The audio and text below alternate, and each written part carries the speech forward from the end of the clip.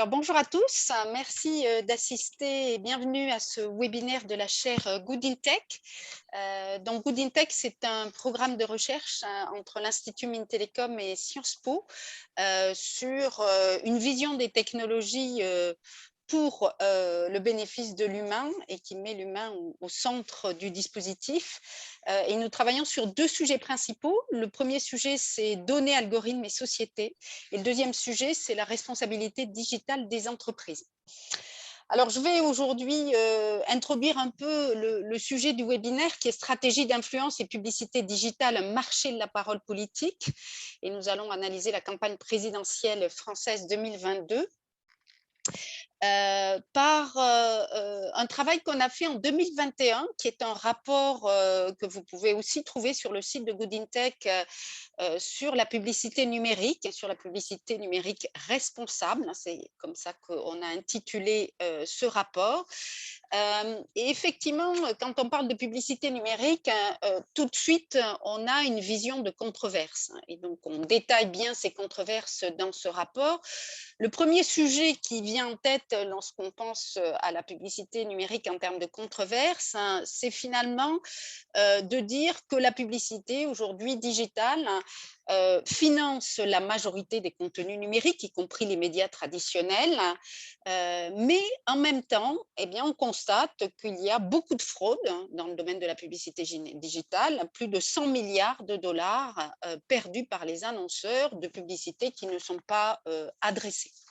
La deuxième controverse sur ce sujet, c'est l'objectif un peu de la publicité digitale. Est-ce que finalement, cette publicité, elle encourage des comportements consuméristes? On sait bien que l'objectif, c'est quand même de vendre généralement dans un système publicitaire, ou est-ce que cette publicité digitale pourrait encourager des nouveaux comportements vertueux, par exemple, des comportements dans le domaine du développement durable ou des gestes barrières dans le cadre du Covid. Donc, on voit qu'il y a deux positions par rapport à ce sujet. La troisième grande controverse très forte est liée aussi au sujet d'aujourd'hui, c'est qu'il existe un lien aujourd'hui entre la publicité digitale et la désinformation.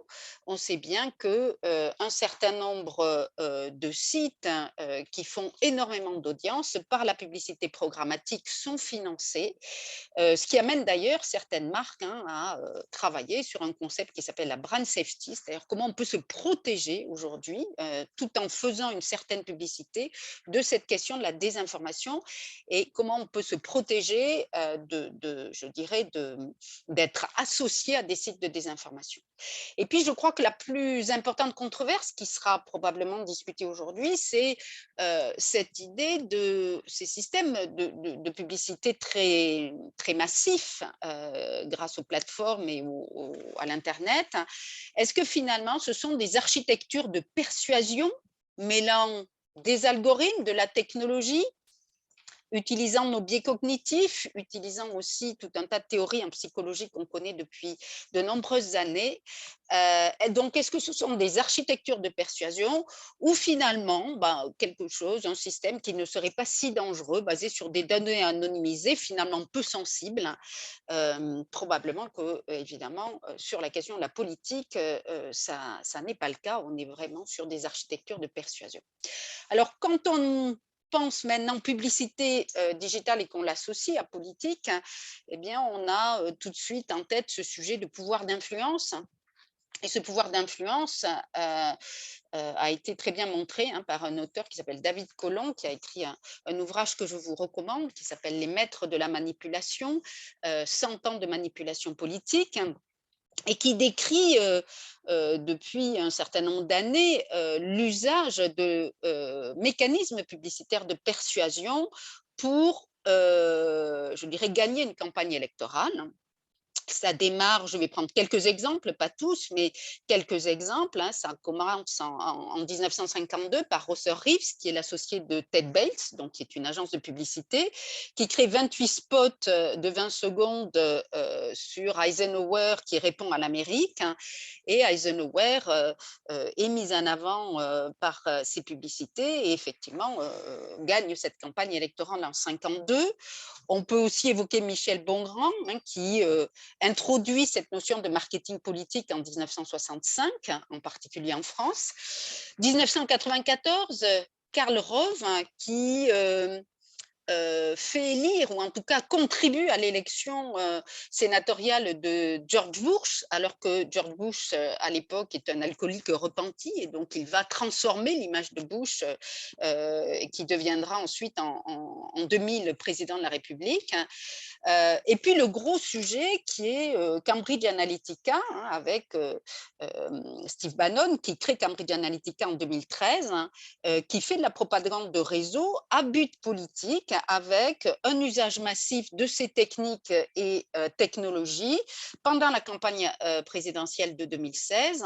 Et on connaît aussi l'effet de Cambridge Analytica lors évidemment du Brexit en Angleterre. Donc on sait bien qu'il y a des stratégies d'influence, parfois voulues, de l'usage de la publicité dans le cadre de la politique. Alors aujourd'hui, on va analyser la campagne présidentielle française et on sait qu'il y a des cadres de régulation très structurants. Aux États-Unis, bien sûr, la publicité politique qui est autorisée. On a des montants absolument colossaux. Je crois que Donald Trump a investi plus de 900 millions de dollars dans la publicité digitale. Donc, on est dans des dimensions extrêmement importantes, alors qu'en France, la propagande électorale est interdite pendant la campagne. Et on a des situations tout à fait différentes. Donc, les questions qu'on va se poser pendant ce webinaire eh bien, peuvent être nombreuses, mais on va peut-être avoir trois questions principales. Est-ce que cette publicité digitale, elle est devenue une source de dévoiement potentiel du débat démocratique? Quelle stratégie d'influence a-t-on observé par la publicité politique et digitale pendant la campagne présidentielle 2022? Et puis ces obligations de transparence sur les publicités à caractère politique qui se sont imposées aux plateformes depuis 2018, est-ce que ça change la donne et comment ça change la donne? Eh bien, pour répondre à ces questions, nous avons trois intervenants que je remercie ce soir. Donc, trois intervenants qui vont aborder les sujets sur trois angles différents.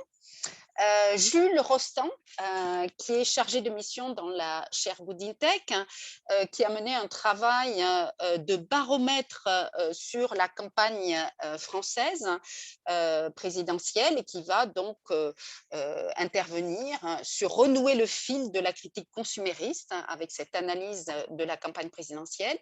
Damien Leloup, qui est journaliste au Monde au service Pixel, qui nous parlera de la transparence et du rôle des médias dans la lecture critique des dispositifs numériques.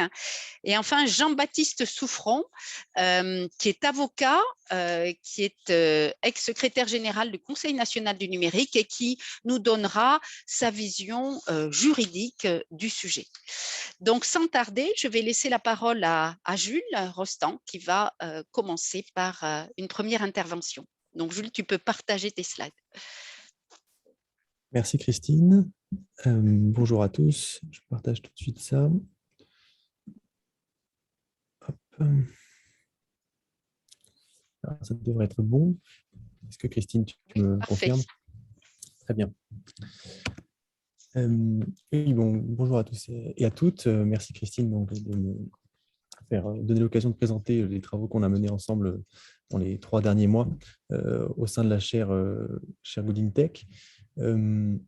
Le point de cette présentation est de évidemment mettre en avant les recherches qu'on a pu faire et les avancées qu'on a pu consolider dans les 3 derniers mois, mais essayer aussi de les insérer dans un cadre de réflexion plus générale sur la critique de la publicité, la critique de l'influence de la publicité, de l'argent politique, du financement de la vie politique en général, en partant évidemment de l'approche très actuelle, très contemporaine sur la campagne présidentielle en France en 2022 et comment on peut la percevoir, comment on peut la voir à travers les registres de transparence de données de la publicité politique. Le point de départ de cette recherche trouve son origine, comme le disait Christine en introduction, aux États-Unis. What did the persuasion advertising look like? Again, this type of advertising that is meant to be able to change someone's mind.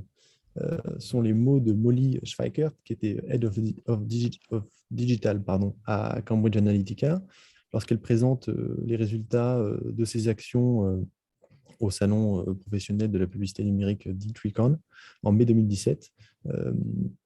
Elle présente, c'est une vidéo que le salon a laissé sur sa chaîne YouTube. Il est intéressant de regarder aujourd'hui. On voit très clairement dans cette phrase-là les mots qu'utilisait Christine d'architecture de persuasion. La publicité digitale est, dans le cadre d'une campagne électorale aux États-Unis, un moyen de changer les esprits, d'obtenir le vote et donc l'élection. Cette conception, cette utilisation de la publicité politique comme moyen de persuasion est en réalité, n'est pas seulement une technique, mais aussi le reflet d'une certaine conception de la démocratie. Elle est en fait l'assimilation de la démocratie à un marché des idées. Ce sont les mots qu'Alain Supiot emploie pour qualifier ce phénomène. Toutes les paroles se valent a priori sur le marché des idées, et réduire la quantité d'argent qu'on peut y investir serait réduire la liberté de parole.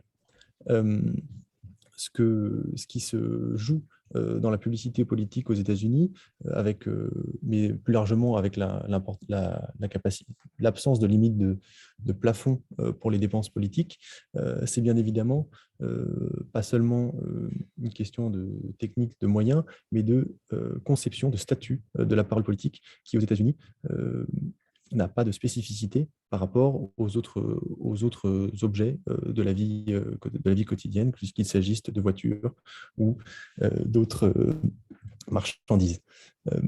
C'est une conception, comme le disait Christine, qui est très différente en France. On a une série de lois et de réglementations et de pratiques qui, depuis les années 60, réglementent fortement la propagande électorale et toute cette question de la transparence de la vie publique en France. La première interdiction qui est fondamentale, c'est celle de la propagande électorale, pendant la campagne électorale notamment. Mais cela va de pair avec une conception plus générale de la démocratie et de la parole publique qui organise le financement public des partis, avec des redistributions par l'État en fonction des résultats, qui limite pour chacun des candidats en amont les dépenses à tous les niveaux. D'abord, on a commencé par limiter les plafonds aux élections présidentielles, puis ça s'est étendu à la plupart des élections. Et de ce contrôle de la dépense en politique, de l'argent en politique, découle une interdiction de la propagande électorale en ligne, qui a été précisé dans la loi numéro 2011-412 du 14 avril 2011, qui spécifie définitivement l'application de l'interdiction de la propagande électorale aux plateformes en ligne, aux réseaux sociaux, etc. Ce cadre de réglementation a été complètement chamboulé par l'événement Cambridge Analytica et la puissance de la publicité politique aux États-Unis, ce qui a amené le législateur, dans une loi du 23 décembre 2008, à créer un registre de transparence des publicités politiques. Le premier point de cette loi est d'abord de veiller au respect de l'interdiction de la publicité commerciale à des fins de propagande électorale et de détecter d'éventuelles campagnes de déstabilisation des institutions ou de manipulation de l'opinion. Donc, dans l'esprit du législateur, c'est d'abord la lutte contre la désinformation et le respect de la conception, du cadre général de la politique en France qui prime, qui est à l'origine de la création de ce registre. Mais il y a aussi une deuxième raison. Ces obligations peuvent, d'autre part, servir à informer et sensibiliser les internautes qui utilisent les plateformes en cause. Et c'est plutôt dans cet esprit-là que l'on va travailler, que l'on a travaillé dans les prochains mois et que je vais vous présenter, que je vais vous présenter lors de cette courte présentation. Le point fondamental que l'on a voulu soulever, c'est comment construire les réseaux sociaux. Cette problématique générale, on l'aborde, je l'ai abordée dans les 3 derniers mois avec des ressources évidemment intellectuelles et des manières de voir la politique et les archives, ce registre de publicité politique. J'ai mobilisé 3 ressources principales. La première, c'est la lecture socio-historienne du registre des publicités politiques. Je vous ai mis ici le grand livre d'Alain Desrosières, La politique des grands nombres, histoire de la raison statistique, qui met en évidence la manière dont l'État a construit l'information. La statistique n'est pas simplement une donnée, pour le résumer, mais un objet construit par l'État à travers des registres, à travers des hommes qui s'organisent, des institutions, etc. Et c'est cette lecture du registre de transparence des données de publicité politique, que je vais essayer que j'ai mobilisé ici, pour non pas y voir simplement quelque chose d'évident, mais quelque chose qui a été construit en réaction au contexte actuel et dans un certain objectif. La deuxième approche qui sera mobilisée ici ce soir, c'est l'analyse du discours, qui est une longue tradition française, dont un des plus éminents représentants est Damon Mayafre, qui a écrit en 2022 ce livre « Macron, le mystère du verbe », ces discours décryptés par la machine, où il va jusqu'à prédire le discours de candidature d'Emmanuel Macron à la présidentielle. L'idée est encore là de s'intéresser au texte des publicités pour pouvoir mieux l'analyser, la structurer, voir sur quelle thématique ces publicités s'organisent. Enfin, pour faire l'étude de ce registre des publicités politiques, je mobilise le regard sémiologique de Roland Barthes, qui, dans les années 50, face à l'immense vague de publicités qui accompagne l'émergence de la société de consommation, va être capable de déceler dans ces publicités, dans ces affiches, le mythe, c'est-à-dire l'idée générale, le discours qui est transmis par l'annonceur ou et comment il est reçu par le lecteur. Pour entrer dans le détail, dans le concret de cette présentation, les sources que l'on mobilise ici sont donc celles de la bibliothèque publicitaire de Meta. On a collecté les autres données, mais la bibliothèque publicitaire de Meta nous permet à la fois une étude approfondie en nous laissant accès au texte des publicités, ce que ne permet pas Google et Snapchat, par exemple, et nous permet également de contrôler les paramètres que l'on souhaite d'une manière techniquement faisable et solide, ce qui nous a amené à utiliser cette bibliothèque publicitaire principalement. Les bibliothèques Facebook, comme l'ensemble des annonceurs, dévoilent, créer un registre pour les publicités politiques directement liées à la campagne. Ce que l'on a souhaité faire ici, ça a été de délimiter un corpus de publicité politique qui soit lié à la campagne présidentielle. C'est ce qu'on a fait en reprenant le comparatif des programmes des candidats du Monde, qui est publié en ligne. On a établi une liste de mots-clés à partir de ces thématiques de programmes identifiés par le Monde pour être sûr, ou en tout cas se rapprocher des publicités qui traitent vraiment de la campagne présidentielle. Les données ont été collectées à l'aide d'un partenariat avec Sprint Junior Enterprise de Télécom Sud Paris, qui a permis de récupérer de manière hebdomadaire les données de publicité politique. Excusez-moi pour le bruit. Et elles sont évidemment, dans un second temps, transformées à partir, puisque les statistiques nous donnent par exemple l'intervalle entre le minimum et le maximum dans lequel est compris les impressions de la publicité. On va reconstruire des moyennes et on va également établir une analyse de graphes que je vous présenterai tout à l'heure en créant des liens entre des pages. Cette présentation sera divisée en 3 parties. La première sur les données de transport. la manière dont les données de transparence permettent une mesure de l'intensité publicitaire structurée autour d'un nombre réduit de thématiques d'intérêt. Ce que nous a permis tout d'abord, ce qui a permis tout d'abord ce travail réalisé dans les 3 derniers mois, c'est de créer une mesure de l'intensité publicitaire qui n'a rien d'évident ou de donné a priori. Ce que vous voyez ici est une capture d'écran de la page du baromètre que l'on a publié au fil de l'eau, avec un nombre de publicités qui évolue entre 1000 et 2000. On voit un pic en mars qui est lié à la crise ukrainienne. L'Ukraine fait partie des thèmes de campagne, mais émerge évidemment au moment de l'invasion par la Russie de ce pays.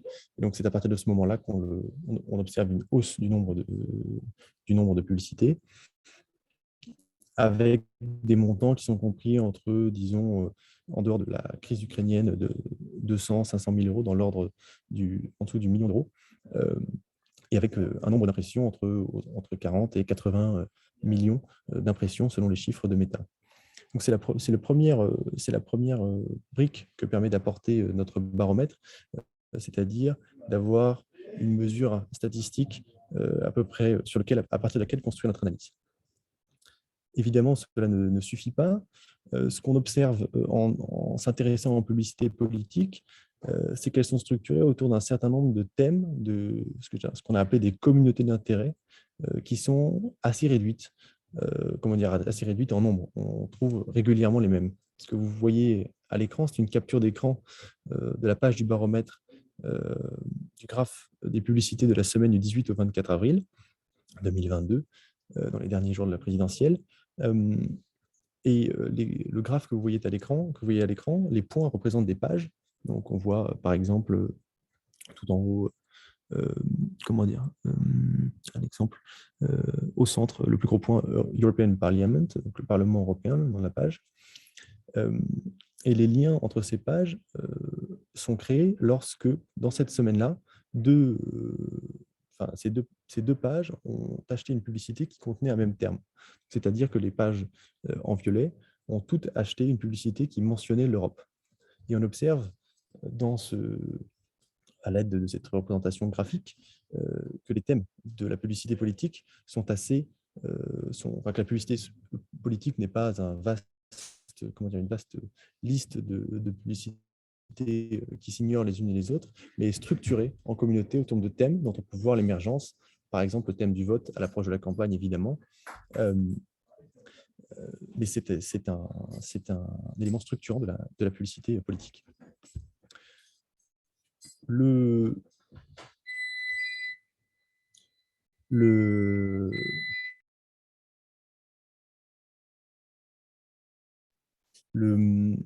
Ces communautés d'intérêt sont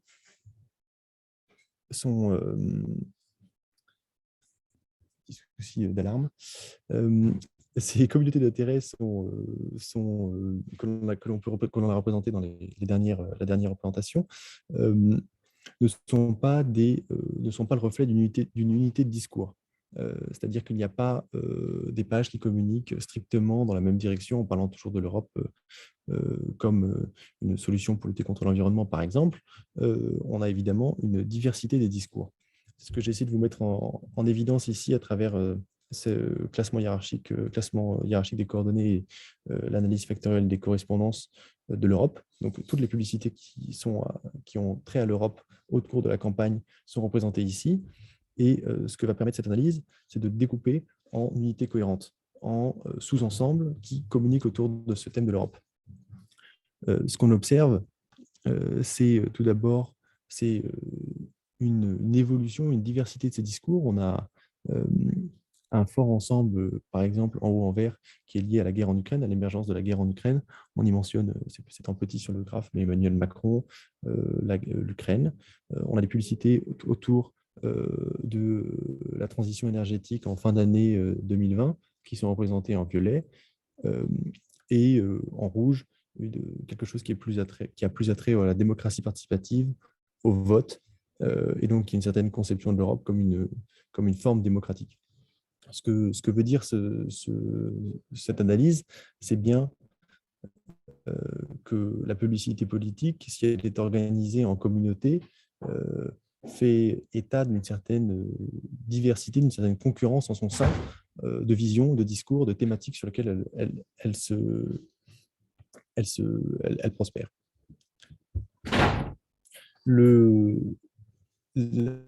Ces diversités de communautés sont le reflet en fait d'une diversité, d'une concurrence entre acteurs politiques et sociaux qui sont les pages que l'on voit sur le graphe et qui n'observent certainement pas les mêmes techniques, les mêmes manières de communiquer, ne suivent pas les mêmes objectifs.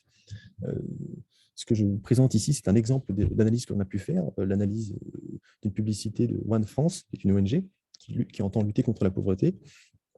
Et pour cette ONG, la publicité politique n'est pas quelque chose d'hors sol qu'elle effectue sans y réfléchir, mais c'est bien une stratégie particulière dans un ensemble de communication et de manière de se présenter au public, d'obtenir des sous et de défendre son message. Ce que permet la publicité politique, la publicité sur les réseaux sociaux, sur Meta ici, dans le cadre de la campagne présidentielle, c'est de cibler des utilisateurs, donc par exemple en écho à l'électorat des candidats. Donc, par exemple, la publicité déguisant Jean-Luc Mélenchon en icône pop a été montrée principalement à des femmes de plus de 55 ans. Pas forcément, c'est pas forcément son électorat principal, mais ça va être très différent, par exemple, de l'électorat du public auquel est montré les photos de Marine Le Pen, qui va être davantage masculin, plus âgé encore. Avec un pôle pour les jeunes et un pôle, comment dire, peu de personnes entre les personnes plus jeunes et les personnes âgées. Donc, on observe très bien, par cet exemple, comment le ciblage permis par les réseaux sociaux, permis par ces plateformes, est utilisé par cette ONG pour diffuser son message. Ce que l'on a cherché à faire, ce que l'on a fait dans le cadre de cette recherche, c'est de structurer ces stratégies d'influence et de les caractériser. Ce qu'on observe, ce qu'on a pu observer dans les publicités politiques qui sont présentes sur Meta, ce sont 4 types de stratégies d'influence. D'abord, celles qui nous intéressent au premier abord ici, ce sont celles du discours politique. Donc, ce sont toutes les publicités qui sont au service d'un candidat, d'un parti ou d'une thématique précise sur laquelle leur discours s'oriente. On a, par exemple, affaire à des publicités qui vont traiter uniquement de l'immigration et qui vont être proches de manière de penser, de manière de concevoir la politique de Marine Le Pen ou d'Éric Zemmour. Cette catégorie, mais ce n'est pas uniquement la publicité politique que l'on observe ne se limite pas à cela. On a le plaidoyer social qui serait plutôt la publicité que je vous ai présentée précédemment, celle de l'ONG One France, qui utilise l'élection présidentielle pour faire passer leur message, pour faire passer leur cause. Rumeur publique, on a pu identifier un certain nombre de publicités, notamment celle de Some of Us, qui font ce qu'on peut appeler plus généralement de la désinformation, qui vont présenter une information sans la remettre en contexte, sans la contextualiser, ou en allant au-delà de ce qui est vraisemblable ou raisonnable à la lecture des faits qui sont présentés. On a enfin une logique commerciale, qui sont par exemple les publicités des journaux, qui sont très actifs, Libération, Mediapart surtout, qui font des publicités autour de l'actualité politique, de la parole politique, pour soutenir leur modèle économique, pour recruter les abonnés, pour avoir de la visibilité. Ces types de stratégies d'influence, si on a pu les identifier, il n'en reste pas moins que la critique que j'ai appelée citoyenniste que l'on fait de ces publicités politiques rencontre ses limites. Vous voyez à l'écran une publicité de la Fondation du Pont-Neuf, qui est une association qui se présente comme un centre de recherche politique à orientation conservatrice, sont leurs mots. Et on voit à l'écran cette publicité présentant Éric Zemmour avec un bandeau « Nous augmenterons les soldes des militaires de 20%, signé Éric Zemmour, et derrière le logo de la Fondation du Pont-Neuf, qui est en arrière-plan de l'image, comme un sigle officiel du parti, qui est en fait le signe le plus éloquent de l'identification de l'association au candidat, c'est-à-dire que dans la manière dont l'association établit sa publicité, la construit par l'image, par le texte qui est au-dessus, par la présence du logo en arrière-plan et du bandeau, on voit très bien qu'elle nourrit son discours politique sans pourtant être financée directement par Éric Zemmour. J'en arrive à ma conclusion. Ce qu'on observe, ce qu'on a pu observer lors de ces recherches, c'est tout d'abord que les données de transparence de la publicité politique permettent, lorsqu'elles sont d'un point de vue technique effectivement mises à disposition, comme c'est le cas pour Meta, elles permettent de saisir la mesure de l'intensité publicitaire et d'en connaître la structure, sur quelle thématique, sur quel sujet les publicités politiques au cours de la campagne ont été achetées. Il n'en reste pas moins que l'interprétation et la lecture fine des publicités, comme j'ai pu vous le présenter très brièvement, mais vous pouvez retrouver l'ensemble des analyses qui ont été effectuées sur la page du baromètre, est nécessaire pour comprendre les stratégies qui sont derrière, les techniques de persuasion qui sont déployées par les acteurs politiques et sociaux. Comment dire, malgré cette lecture, malgré ces données de transparence, avec un effort comment dire, couplé à un effort d'interprétation, il n'en reste pas moins que la critique citoyenniste, qui est celle que l'on a essayé d'effectuer au cours de cette campagne, c'est-à-dire prendre des publicités, essayer de les replacer dans son contexte et le présenter aux lecteurs potentiels ses limites, fait face à des difficultés en termes d'efficacité de son message. C'est-à-dire qu'on a du mal à, malgré l'aide de Damien au Monde, à mettre en évidence la manière, à mettre en évidence la manière dont ces publicités, le point sur lequel ces publicités posent problème. Ce qui m'emmène à la question qu'on traitera dans le débat ce soir, qui est celle de la régulation du débat public, qui pour l'instant se limite à la propagande électorale, mais qui ne prend absolument pas en compte la diversité des acteurs qui prospèrent autour de la parole politique, qu'il s'agisse des journaux, qu'il s'agisse des think tanks, des ONG, et qu'il conviendrait d'intégrer dans cette régulation du débat public. Vous pouvez retrouver bien sûr ces analyses, comme je le disais, sur le site de la chaire, et je laisse la parole à Christine pour reprendre le fil de cette soirée. Merci, merci Jules de cette présentation. Voilà, ce travail est un travail qui reste en cours. On a encore des données jusqu'à la campagne législative et l'objectif, c'est de creuser encore et d'essayer de montrer des stratégies d'influence en fait cachées et puis une espèce de zone grise finalement dans tout ça, alors que la régulation est assez forte et même totalement, je veux dire, la propagande étant totalement interdite en France. Donc, je propose que, en fait, on passe à la présentation de Damien Leloup, et puis on aura à la fin des 3 présentations peut-être une partie de débat et d'échange avec les participants. Donc, Damien, oui, voilà, merci Jules.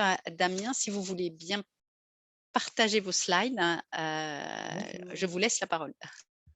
Et merci pour l'invitation. Alors, je précise qu'on ne s'est pas concerté avec Jules, mais que la transition devrait être assez smooth, puisque je vais repartir de son dernier point de conclusion.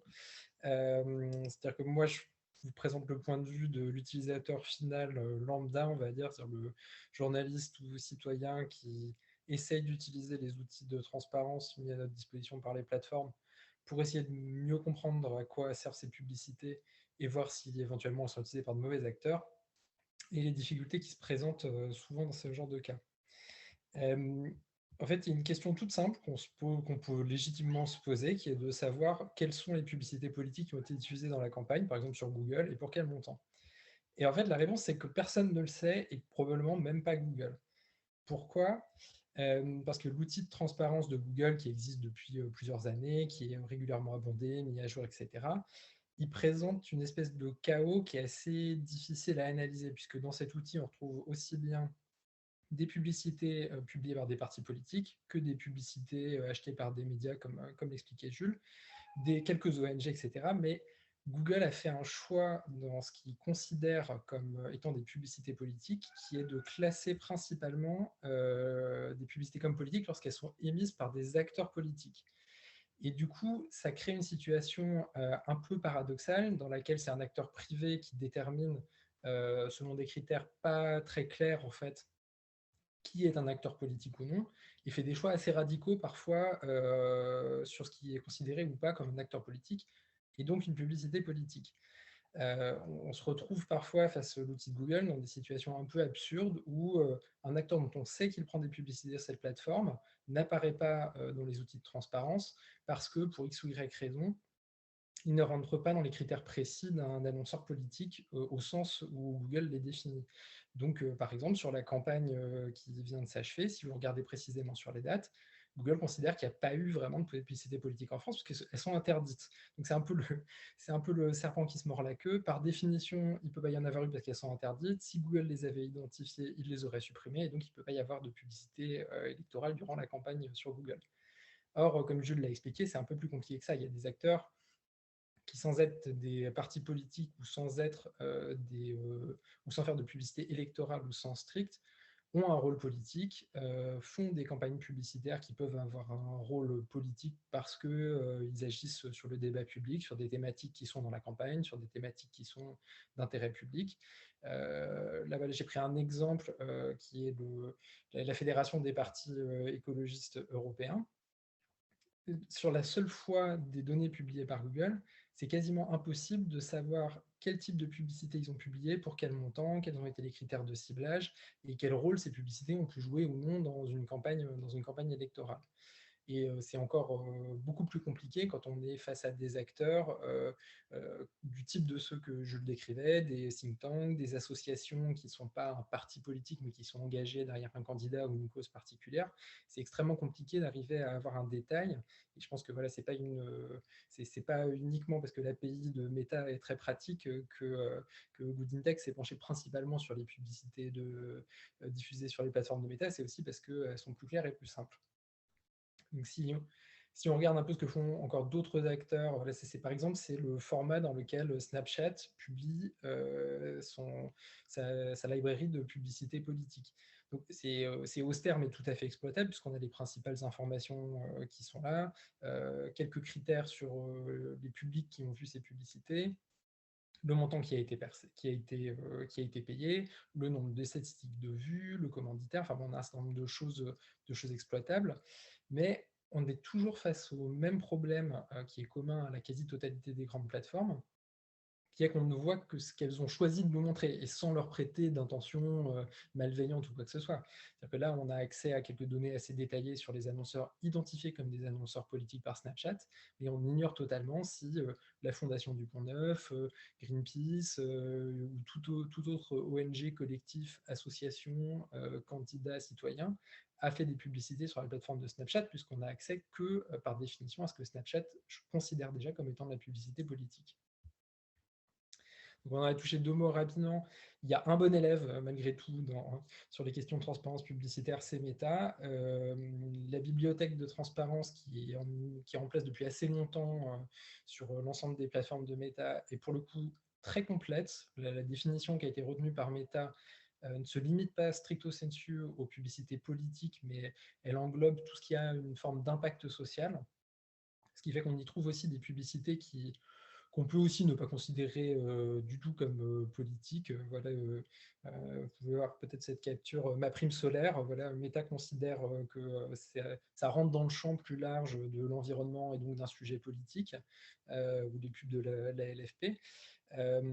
Pour moi, en tant que journaliste et qu'utilisateur final, en tout cas, c'est très utile parce qu'effectivement, là, on a accès à un corpus qui est beaucoup plus vaste, beaucoup plus complet, et qui laisse supposer qu'il y a peu de publicité qui passe entre les mailles du filet. À partir du moment où elles sont même vaguement politiques, elles ont quand même de fortes chances d'être dans la bibliothèque. On est rarement confronté à des cas de publicité politique qu'on aperçoit en ligne et qu'on ne retrouve pas ensuite dans cette bibliothèque, donc ça c'est quand même un très bon point. Par ailleurs, Meta donne des informations relativement détaillées sur les montants, les impressions, la géolocalisation, le type de personne qui a été ciblée. Il y a un manque majeur, à mon sens, qui est celui des critères de ciblage qui sont utilisés pour afficher ces publicités. Parfois, on peut le déduire en partie de la démographie qui a été ciblée, mais c'est quand même assez compliqué et pas très précis.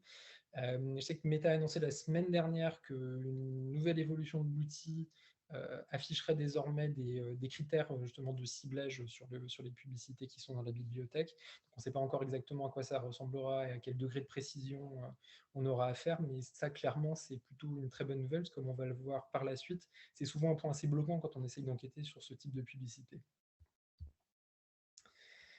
Donc, je vais vous présenter très rapidement deux sujets sur lesquels j'ai travaillé, avec lesquels d'ailleurs on a beaucoup échangé avec Jules pendant la campagne, et qui me semblent assez emblématiques de ce qu'on peut trouver et de la manière dont les médias peuvent jouer aussi un rôle de contrôle et de surveillance, même si c'est un bien grand mot, de l'activité politique sur les plateformes.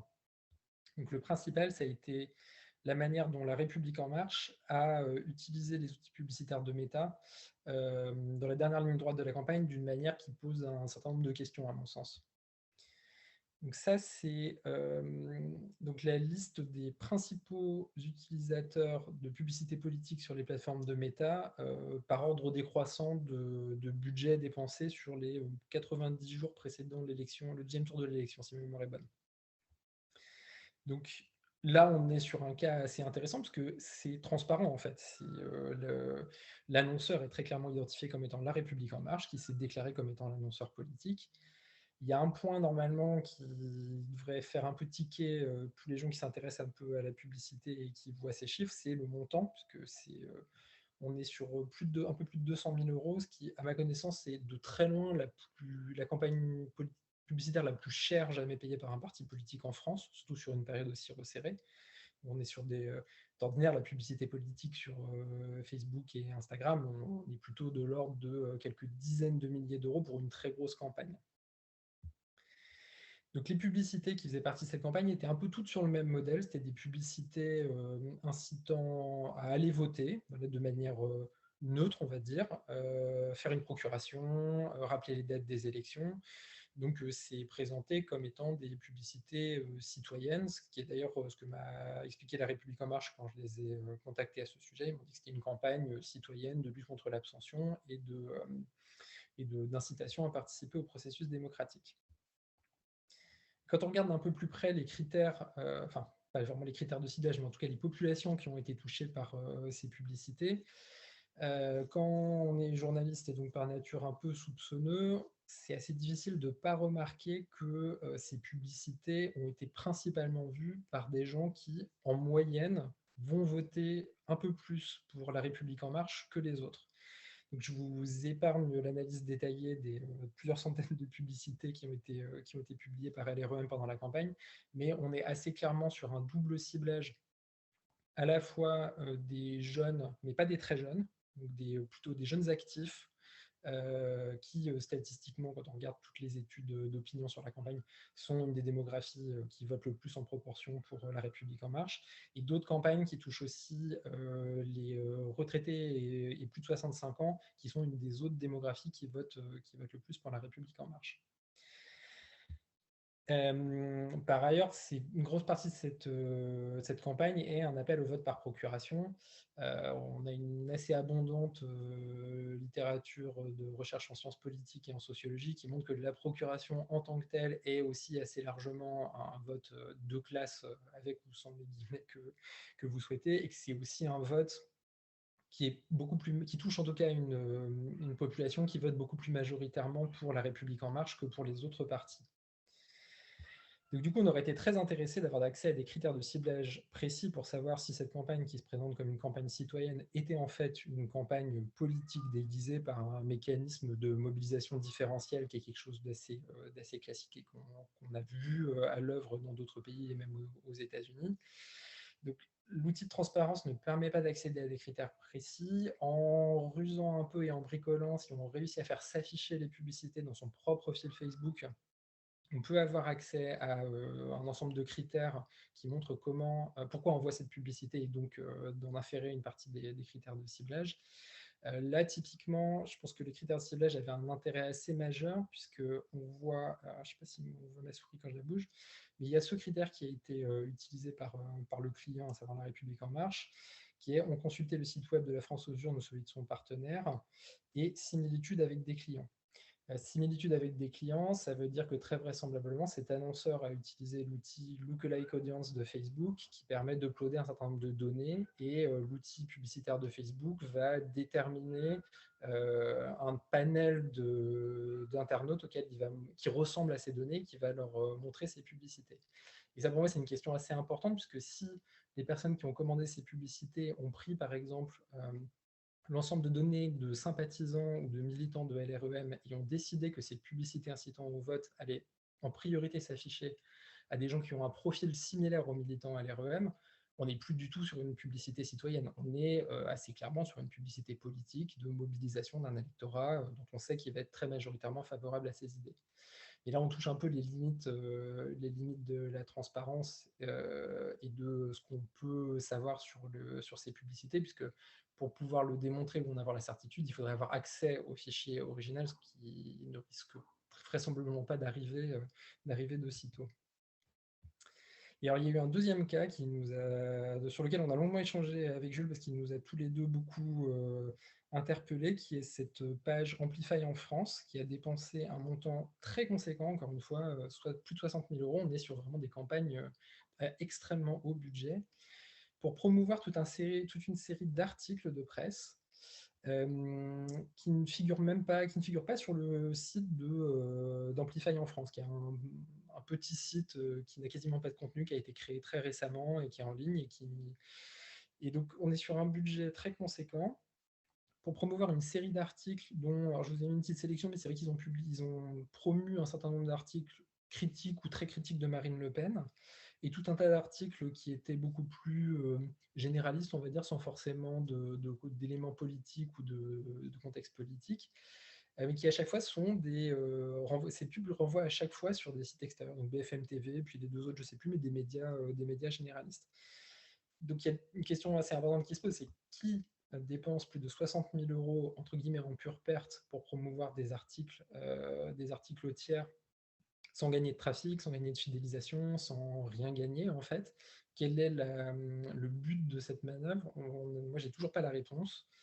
On a pu identifier par d'autres moyens un des administrateurs de cette page qui est vraisemblablement un intermédiaire ou quelqu'un qui a été embauché pour gérer tout ou partie des campagnes publicitaires et qui n'est pas lié directement à un parti politique, ou en tout cas qu'on n'a pas pu relier à une volonté politique très précise.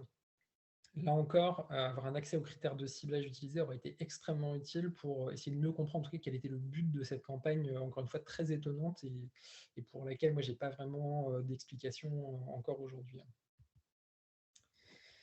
Donc si je résume un peu à gros traits du point de vue, encore une fois, du journaliste ou du citoyen, ça reste quand même très compliqué globalement d'enquêter sur ces publicités, puisque on bloque assez souvent soit sur l'identification du commanditaire, soit sur le but de la manœuvre finale, même si on peut quand même faire un certain nombre de choses.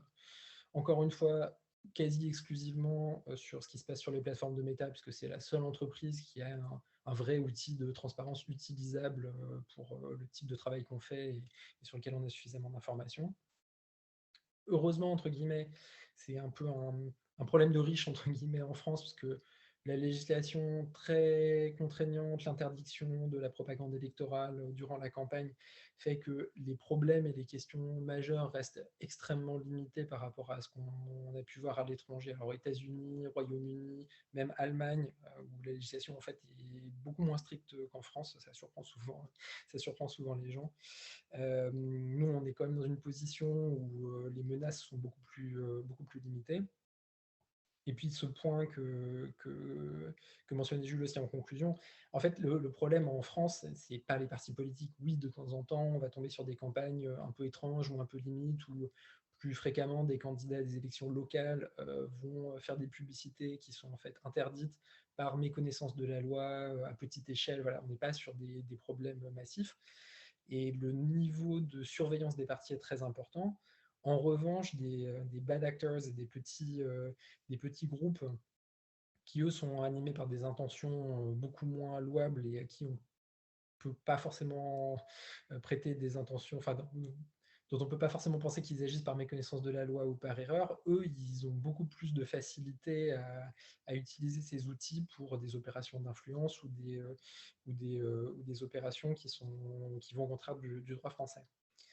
Et je mentionne ce dernier point parce que je ne voulais pas refaire tout un point complet dessus, mais une tendance qu'on peut noter qui est extrêmement forte depuis un peu plus d'1 an, qui est que ces publicités politiques ou ces publicités sur des questions sociétales, elles sont extrêmement utilisées aujourd'hui par tout un tas d'associations, pour certaines très connues, pour d'autres totalement inconnues au bataillon, et d'entreprises spécialisées pour inciter à la signature de pétitions.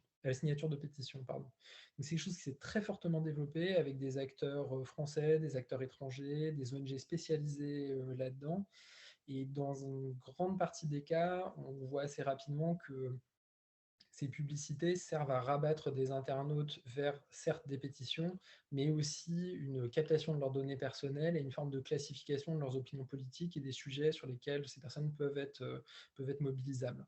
Dans un certain nombre de cas, les acteurs qui gèrent ces sites ne sont pas situés dans l'Union européenne, donc pas forcément soumis au RGPD, ou en tout cas ne se considèrent pas comme tels. Ce sont des données assez sensibles qui peuvent être un carburant assez fort pour des opérations d'influence ou de désinformation. Et ce sont des entreprises, même pour celles qui sont établies en France, qui font l'objet, je pense, d'assez peu de contrôle ou de surveillance. Et nous, c'est un sujet qu'on voit relativement monter parce que c'est efficace en fait. On peut faire très facilement des publicités très incitatives sur des sujets très préoccupants. On voit beaucoup sur les thématiques de la souffrance animale, sur les thématiques de la santé, sur les thématiques du mal logement, enfin tout un tas de choses. Et c'est un outil qui, à mon sens, mérite une surveillance assez importante. Du coup, en très résumé, je pense que pour qu'on puisse vraiment parler d'une transparence effective, moi, en tant que journaliste, il me manque une chose, très clairement, qui sont d'avoir accès d'une manière au moins synthétique aux critères de ciblage qui sont utilisés par ces publicités. Sans ça, on trouve très vite beaucoup de limites. Et ça permettrait, je pense, de faire beaucoup de travail d'investigation très intéressant si on pouvait y avoir accès de manière assez fine. Encore une fois, un outil de transparence même extrêmement complet qui se limite aux publicités payées par des acteurs électoraux, entre guillemets, en fait, ça n'a pas grand intérêt, surtout en France. Si les grandes plateformes ne se mettent pas d'accord sur une définition même un peu large de publicité politique comme étant les publicités à enjeu social, électoral et politique, on va rester très limité dans ce qu'on pourra trouver et ce qu'on pourra contrôler. Et puis il y a un dernier point qui est très important, et dont Jean-Baptiste parlera probablement, qui est qu'en fait, on est sur un secteur où en France, on a une jurisprudence qui est assez limitée finalement, parce qu'il y a tout un tas de cas de figure qui ne sont jamais allés jusqu'au tribunal. Typiquement sur les publicités, la campagne publicitaire de La République En Marche, j'ai discuté avec plusieurs avocats et spécialistes qui m'ont dit c'est probablement hors cadre ou peut-être hors cadre, mais en l'absence d'une jurisprudence qui le dise un peu clairement, c'est compliqué de l'affirmer. Et du coup, le serpent se mord aussi un peu la queue, puisque c'est toujours plus compliqué de porter plainte ou d'introduire une action en justice quand il n'y a pas de jurisprudence. Et tant qu'il n'y en a pas eu, il n'y a pas de jurisprudence. Donc, pour moi, c'est un peu les 3 points qui seraient importants qui sont importants à garder en tête quand on parle de transparence effective. Merci beaucoup Damien. Je pense qu'on aura un débat riche tout à l'heure. Peut-être qu'on peut prendre déjà une question qui est la question d'Ahmad sur le ciblage.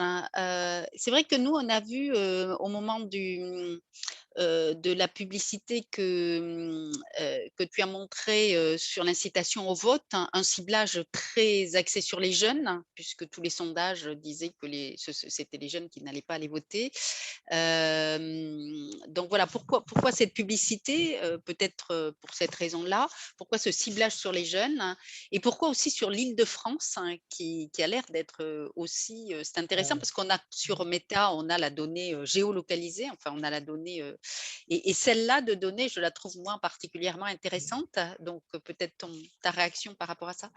Alors sur les jeunes, oui, on sait que les jeunes en moyenne votent moins. Par contre, ceux qui votent le moins de tous, c'est les 18-24 ans et pas les 25-32, ou je ne sais plus quel était le critère. Donc pour moi, c'est un critère justement de ciblage qui pose question. Parce que si on fait de la publicité uniquement à vocation civique, on va plutôt cibler les 18-24 ans. Et là, ce n'était pas le cas.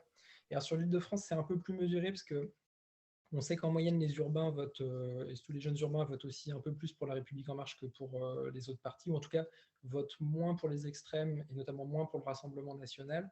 Mais il se trouve que quelques calculs un peu sur le dos de l'enveloppe montrent que 20% pour l'Île-de-France, qui regroupe quand même une énorme partie des électeurs en France, on n'est pas non plus sur quelque chose qui est vraiment démesuré en termes de focus du coup sur ces électeurs. Donc ça, on n'en a pas tenu spécialement compte. Et pour être tout à fait complet, la publicité que je présentais, c'est une publicité, alors certes qu'il y a eu un budget assez important, mais parmi plusieurs centaines d'autres. Et donc toutes les publicités n'avaient pas la même distribution en termes de classe d'âge et de localisation. Alors, on peut peut-être prendre, parce que Jean-Baptiste peut-être va nous parler plus de juridique, la question d'Alexis. Donc, question un peu à côté peut-être, mais par curiosité, existe-t-il des travaux ou enquêtes, y compris qualitatives, sur la réception de ces publicités politiques par les électrices et électeurs? Investir autant d'argent dans ces outils ne fait-il pas de l'électeur un consommateur ordinaire quand la sociologie électorale montre que le vote s'appuie sur d'autres déterminants plus profonds que l'achat d'un paquet de lessive? Donc, si vous voulez répondre à cette question, voilà, Jules, Damien et même Jean-Baptiste, hein, on peut prendre cette question maintenant. Bah, moi, ce que je peux dire, c'est que oui, il y a des études, notamment américaines, assez poussées, qui montrent que ça peut convaincre. C'est un peu à la marge, effectivement, ça ne décide pas une élection tout seul. Par contre, le point sur lequel ce type de publicité peut avoir un réel impact, c'est encore une fois sur la mobilisation différentielle. C'est décourager les électeurs du camp d'en face d'aller voter, parce que c'est plus facile de convaincre des gens de ne pas se déplacer plutôt que de les convaincre de changer de candidat ou de les convaincre que votre candidat est meilleur. Ça, c'est quelque chose qui peut avoir un impact si c'est fait de manière intelligente et à grande échelle. Jules, est-ce que tu veux compléter? Oui, tout à fait. Bah, pour ça, comment dire, le visionnage de l'intervention de la Head of Digital de Cambridge Analytica est intéressant parce que, bon, alors on est sur d'autres montants, etc., mais on voit bien, et c'est assez frustrant, mais on voit bien quand même que la publicité politique fonctionne. En tout cas, ils y croient, les acteurs politiques qui sont derrière, et ils vont chercher, ils vont adapter leur stratégie pour avoir juste 50 plus 1, 51% des votes, justement en jouant sur la mobilisation, démobilisation, etc. Après, est-ce que enfin, tout ce que je voulais dire moi, dans cette intervention, c'est justement que la conception de la politique, de la démocratie en France n'est pas celle d'un marché des idées d'un consommateur.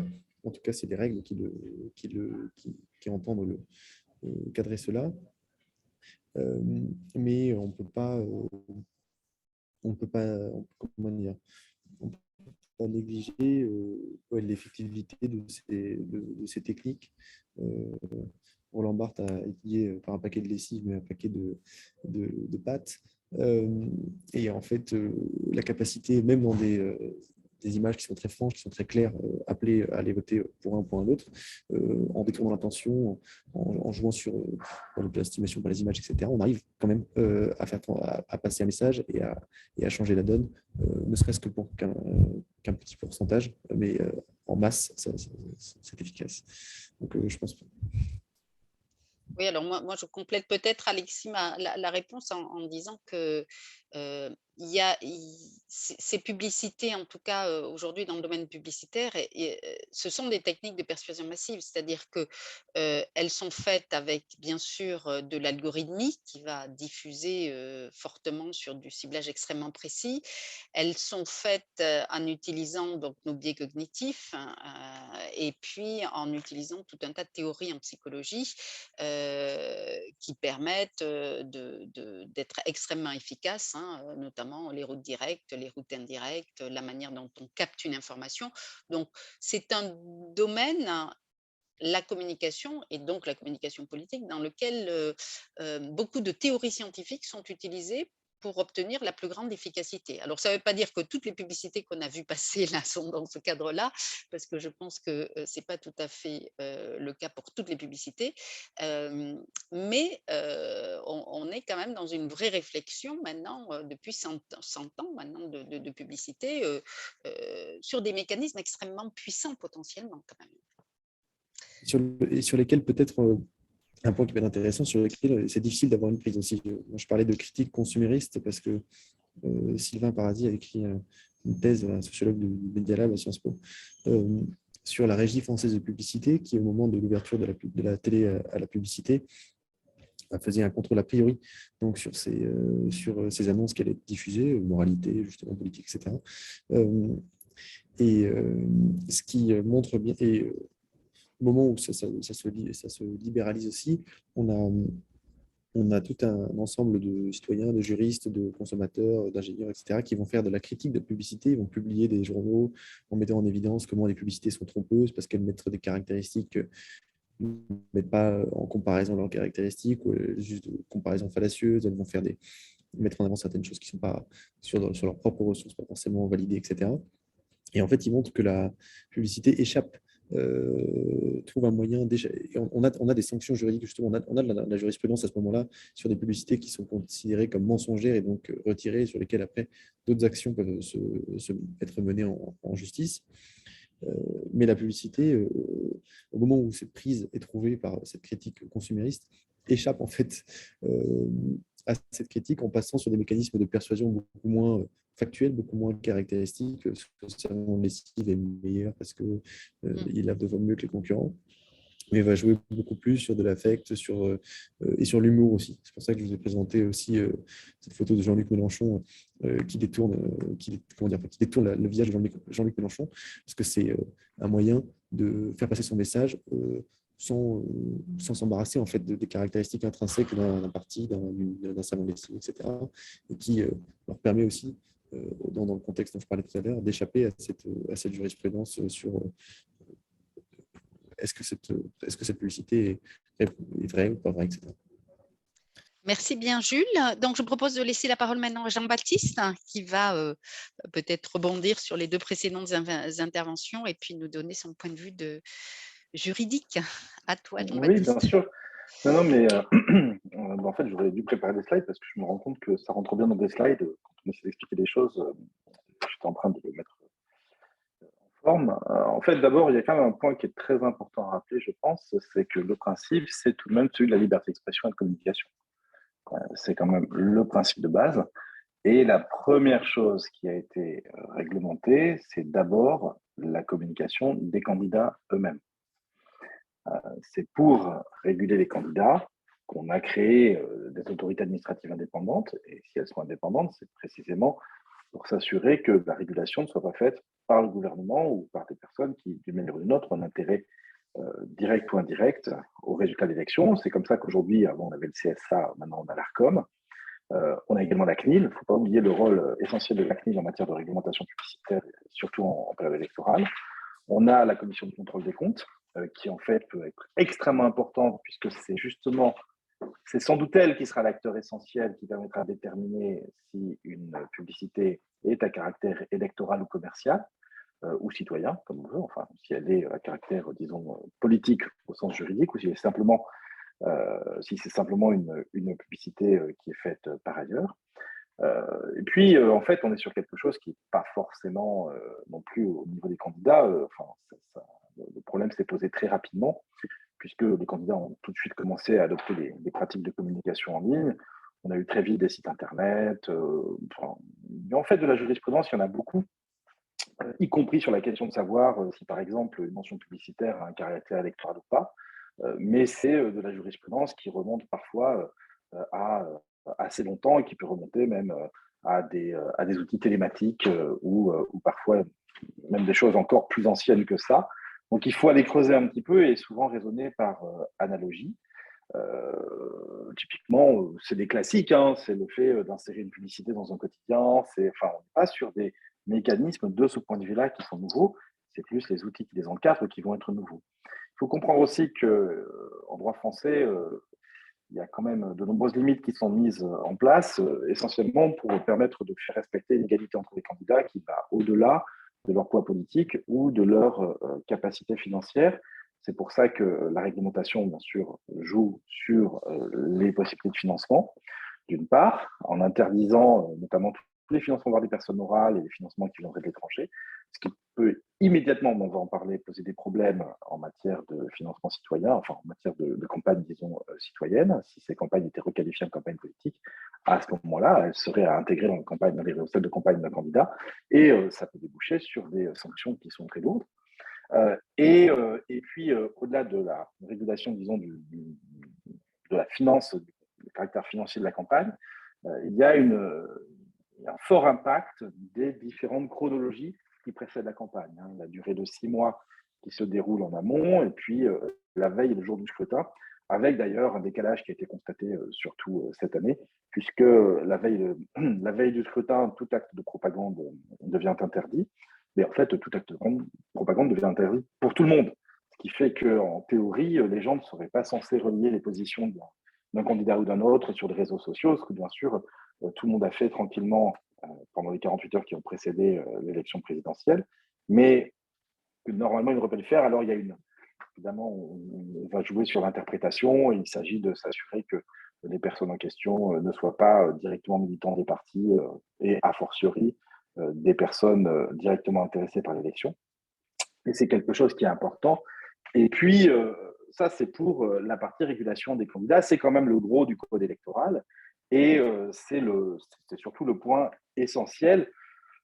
Est-ce qu'aujourd'hui, l'utilisation des publicités sur les réseaux sociaux ou ailleurs vient directement financer et assister les campagnes? Est-ce que ce sont les dirigeants de campagne qui organisent, disons, la communication citoyenne autour de leur campagne? C'est absolument pas quelque chose qui est certain.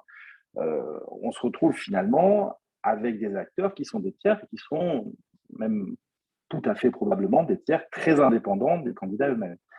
Et ça, c'est un petit peu la nouveauté, c'est qu'on se retrouve maintenant avec des communications de tiers, enfin avec la communication des tiers eux-mêmes qui commence à être réglementée.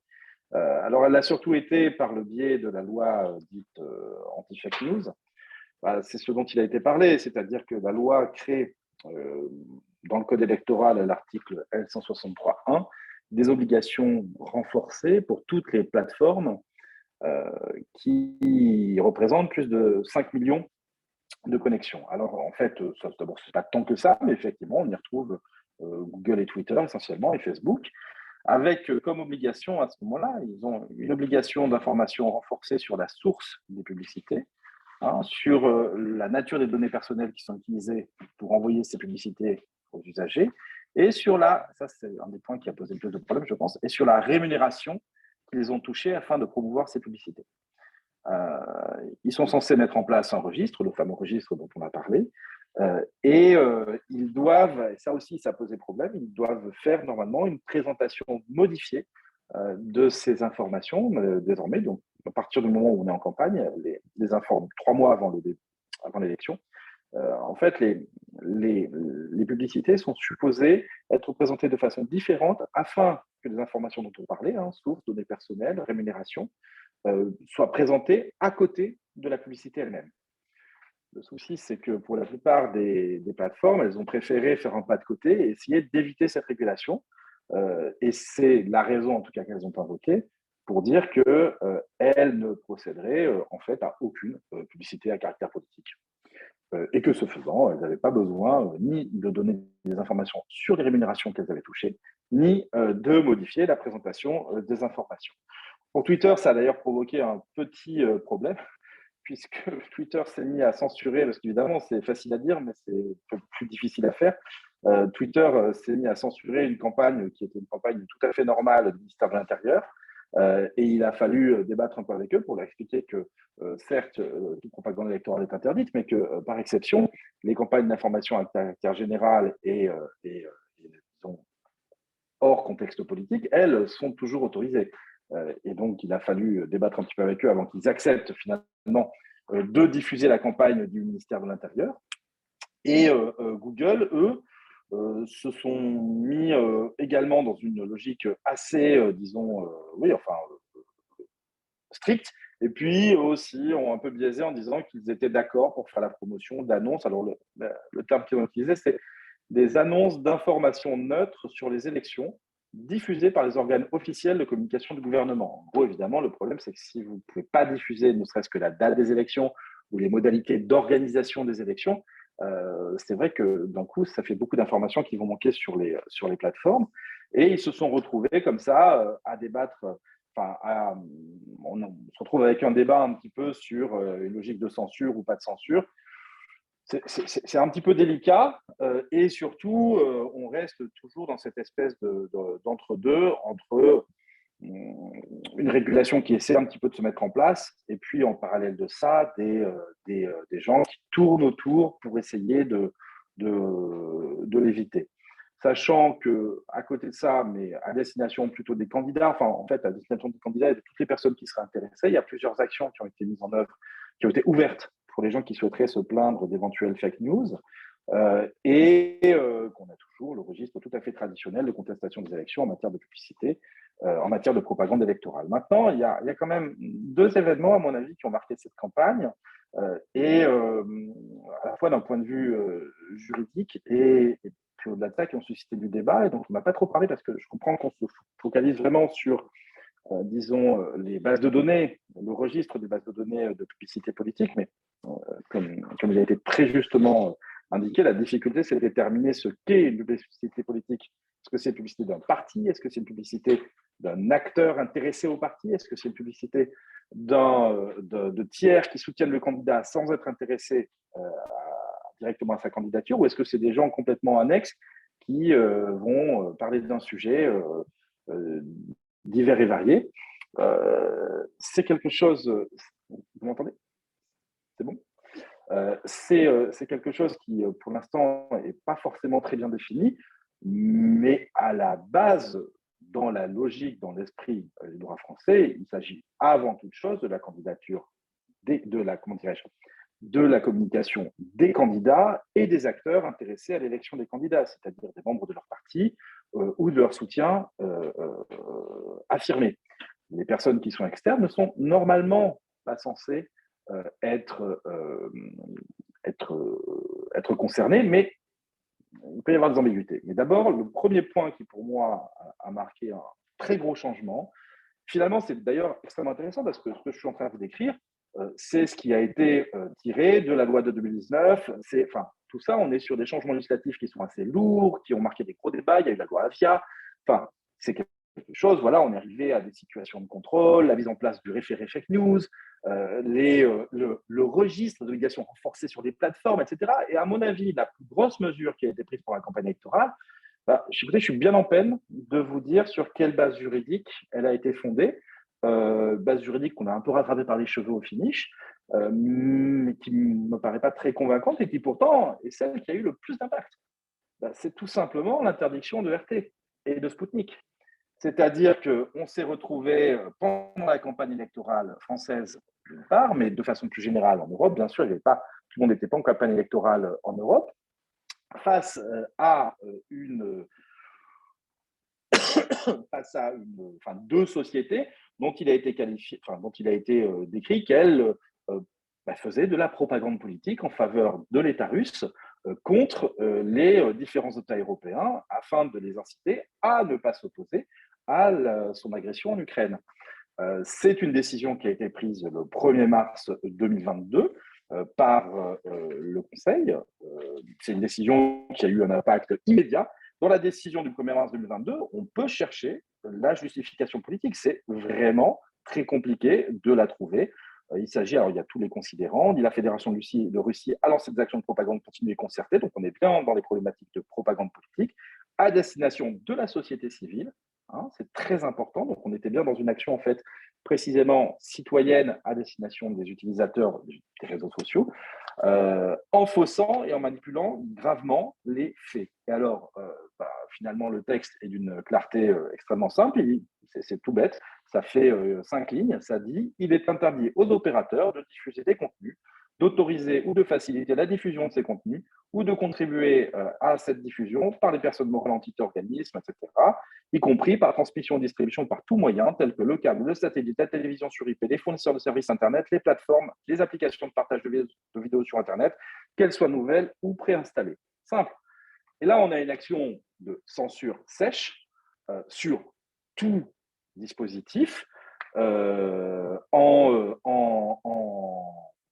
finalement, avec une simplicité et une forme de brutalité presque, mais en tout cas avec une vraie simplicité qui montre que ce ne sont pas les bases légales qui interdisent d'intervenir quand on en a besoin.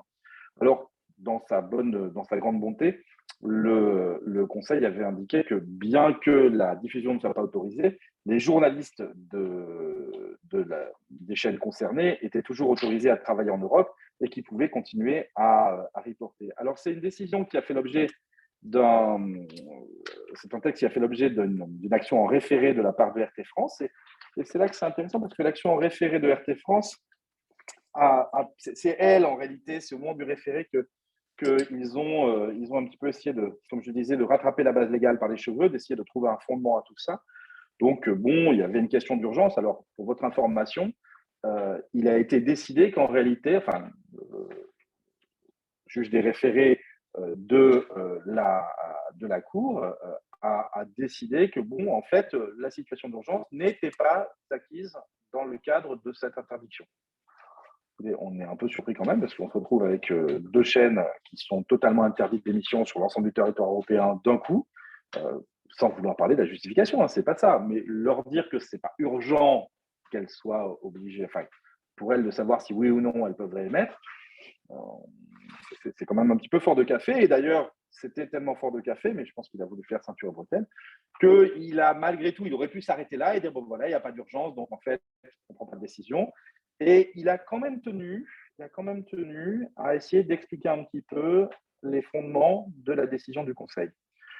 Alors, c'est là aussi qu'on est, enfin, si vous voulez, le droit parfois c'est magique. Je vous le lis, là aussi ça fait une dizaine de lignes, c'est très clair. S'agissant des intérêts poursuivis par le Conseil, les considérants des actes attaqués se réfèrent à comment on fait pour interdire deux acteurs directement dans toute l'Union européenne en un coup. Eh bien, on se réfère à la nécessité de protéger l'Union et ses États membres contre des campagnes de désinformation et de déstabilisation qui seraient menées par les médias placés sous contrôle des dirigeants de la Fédération de Russie et qui menaceraient l'ordre et la sécurité publique de l'Union dans un contexte marqué par une agression militaire. Vous avez trois critères. Vous avez le fait d'être en lien avec un État étranger, mais on pourrait très bien imaginer que ça soit le fait d'être en lien avec un candidat, par exemple, qui menace l'ordre et la sécurité publique. Donc, on est quand même sur un contexte qui est peut-être plus large que celui de la menace, enfin, ça dépend, mais une menace sur un processus électoral, on pourrait imaginer des choses, dans un contexte marqué par une agression militaire. Il faut donc qu'il y ait un contexte qui rende la chose encore plus lourde, si vous voulez. Donc, on est un petit peu dans une situation exceptionnelle. Et à partir de là, le juge des référés précise que dès lors que la propagande et les campagnes de désinformation sont de nature à saper les fondements des sociétés démocratiques. Ça, c'est un point qui est très important, c'est-à-dire que tout le sujet dont on est en train de parler depuis le début, c'est un sujet en fait, qui peut, s'il est exploité à mauvais escient, saper les fondements des sociétés démocratiques. Mais au-delà de ça, le juge précise que la propagande et les campagnes de désinformation font aujourd'hui partie intégrante de l'arsenal de guerre moderne. Donc en fait, on est dans une situation de guerre.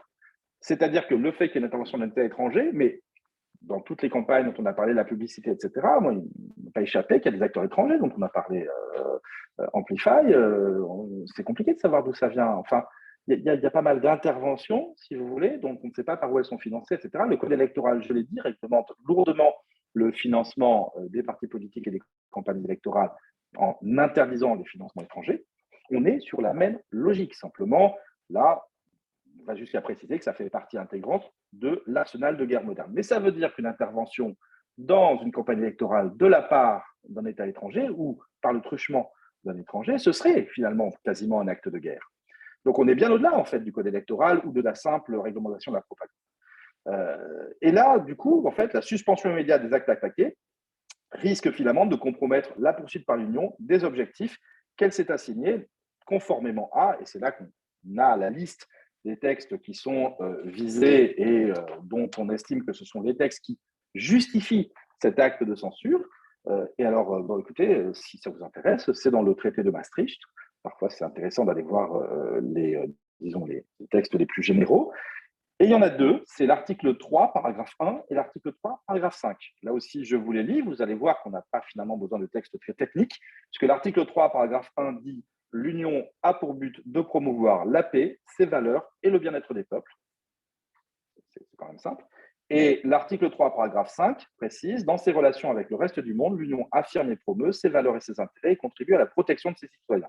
Elle contribue à la paix, à la sécurité, au développement durable de la planète, à la solidarité, au respect mutuel entre les peuples, au commerce libre et équitable, à l'élimination de la pauvreté, à la protection des droits de l'homme, en particulier ceux de l'enfant, etc., et au strict respect au développement du droit international, notamment au respect de la Charte des Nations Unies. » Et là, le juge fait un petit calcul d'équilibriste en se disant, bon voilà, aujourd'hui, cette propagande qui est faite par RT en Europe, voilà ce qu'elle attaque, voilà ce qu'elle met en danger. Et en contrepartie, le fait de suspendre RT, quel est le risque? Là, c'est surprenant parce que à aucun moment le juge ne se dit qu'ils ont des auditeurs, qu'ils ont des lecteurs, qu'ils ont un public. Et que finalement, c'est aussi le droit de ces auditeurs, le droit d'avoir une information libre et plurielle, et qui normalement est la base du mécanisme de régulation, notamment en droit français, mais c'est à peu près la même chose partout en Europe. Il ne s'agit pas, non, on met simplement en balance avec la situation des employés de RT et leur viabilité financière. Là, moi, je trouve que de ce point de vue-là, la décision est extrêmement friable et dangereuse parce que, à ce compte, il est évident que si on ne prend jamais, on ne réfléchit jamais aux intérêts, on part du principe que c'est évidemment, ce sont des acteurs de mauvaise foi, d'accord, mais est-ce que c'est toujours autant le cas? Est-ce que n'importe quel agent étranger, est-ce que n'importe quel financement étranger, nécessairement, le seul intérêt à mettre en balance, ça serait, vous voyez, si on prend par exemple une association qui ferait la promotion de la protection de la planète et qu'on considère que c'est une façon d'assister la campagne d'un parti qui soutiendrait également la protection de la planète, c'est un peu comme dire que finalement leur censure, bon, c'est juste à mettre en balance avec leur viabilité financière en tant qu'association. C'est pas ça. La censure, c'est évidemment être en balance avec la perte d'information qui est subie par les gens qui avaient l'habitude de passer par ces canaux pour s'informer. Il est évident que en texte, ce que le juge ne veut pas dire, mais qu'il pense très fort, c'est que c'est peut-être mieux pour tous ces gens d'arrêter de subir cette propagande et qu'à partir du moment où on pense que c'est de la propagande, elle n'a aucune valeur informative. Mais le problème, c'est que la propagande électorale, si elle s'appelle propagande, c'est bien qu'on considère que tous les candidats font de la propagande et qu'une certaine part de mauvaise foi, une certaine part de conviction, c'est toujours nécessaire. C'est exactement ce que vous disiez tout à l'heure en expliquant qu'il y a des outils cognitifs qui permettent aussi d'orienter la publicité. On est sur la même logique. Et ça, je pense que ça a été un événement qui est très important et pour l'instant pas assez analysé et qui mérite vraiment, vraiment d'être regardé. Notamment, je pense qu'il faudrait pouvoir étudier l'impact qu'a eu cette interdiction. Moi, je serais curieux de savoir si, par exemple, l'interdiction de RT a fait disparaître le sujet guerre en Ukraine de la campagne électorale française, ou bien s'il a fait disparaître les points de vue spécifiques portés par RT de la campagne électorale française. Quel impact a eu cette décision qui est quand même très faible d'un point de vue fondement juridique et pourtant très important d'un point de vue de la liberté publique, d'autant plus qu'elle s'est appliquée dans toute l'Europe, y compris en France, pendant une campagne électorale en France. On s'est quand même retrouvé donc pendant une campagne électorale française, alors qu'on a un régulateur, un conseil constitutionnel, etc., à devoir mettre en œuvre la décision du conseil pendant notre propre campagne.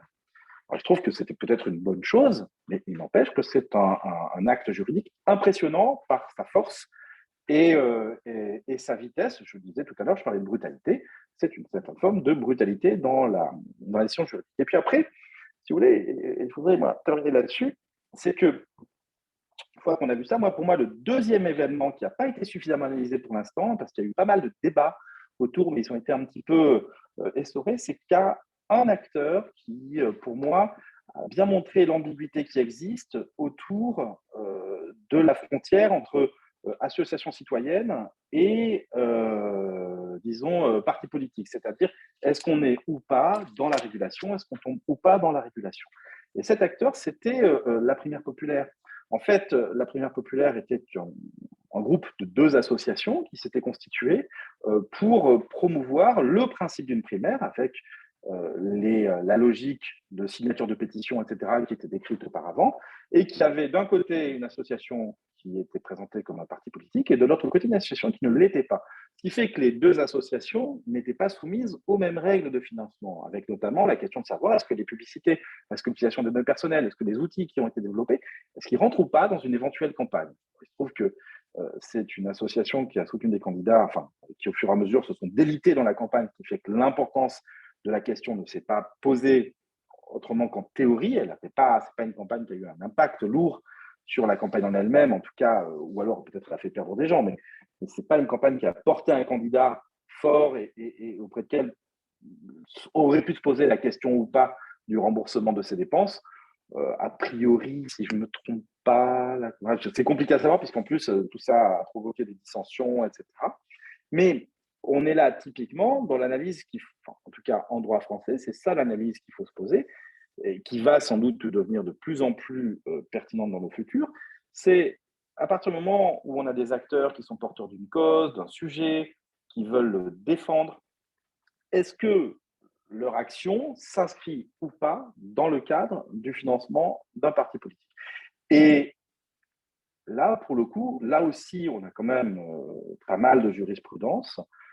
On a, avec, je le précise, la difficulté que si on s'inscrit dans le cadre d'un parti politique, alors on ne peut avoir ni financement d'étrangers, ni financement de personnes morales. Et donc, quand on doit payer les 60 000 euros nécessaires à faire campagne sur Facebook ou ailleurs, cet argent, on ne peut le récupérer que par des dons qui sont en plus, vous le savez, extrêmement limités dans leur montant par des personnes physiques. Donc, c'est vraiment une question qui est fondamentale parce que il va falloir, c'est probablement un mécanisme qui risque de se répéter dans le futur et qu'il faut être en mesure, pour lequel il faut trouver une règle, une solution. Avec ce problème, c'est que si on devait autoriser un mécanisme de ce type, alors, écoutez, n'importe quel parti politique pourrait se doter d'une association sœur qui serait son association porteuse de financement en disant mais non, ils n'appellent pas à voter pour nous, ils se contentent de porter telle ou telle réforme qui se retrouve dans notre programme, c'est vrai, mais qui sont des réformes qu'on porte tout à fait positivement et sans a priori. Il ne faut pas croire que c'est une question qui est totalement nouvelle, parce que, par exemple, c'est une question qui s'est posée également à l'occasion de la précédente campagne présidentielle, notamment dans le cadre du programme qui était celui de Benoît Hamon, parce que si Benoît Hamon a gagné la primaire socialiste à l'époque, c'était en faisant campagne sur la notion de revenu universel.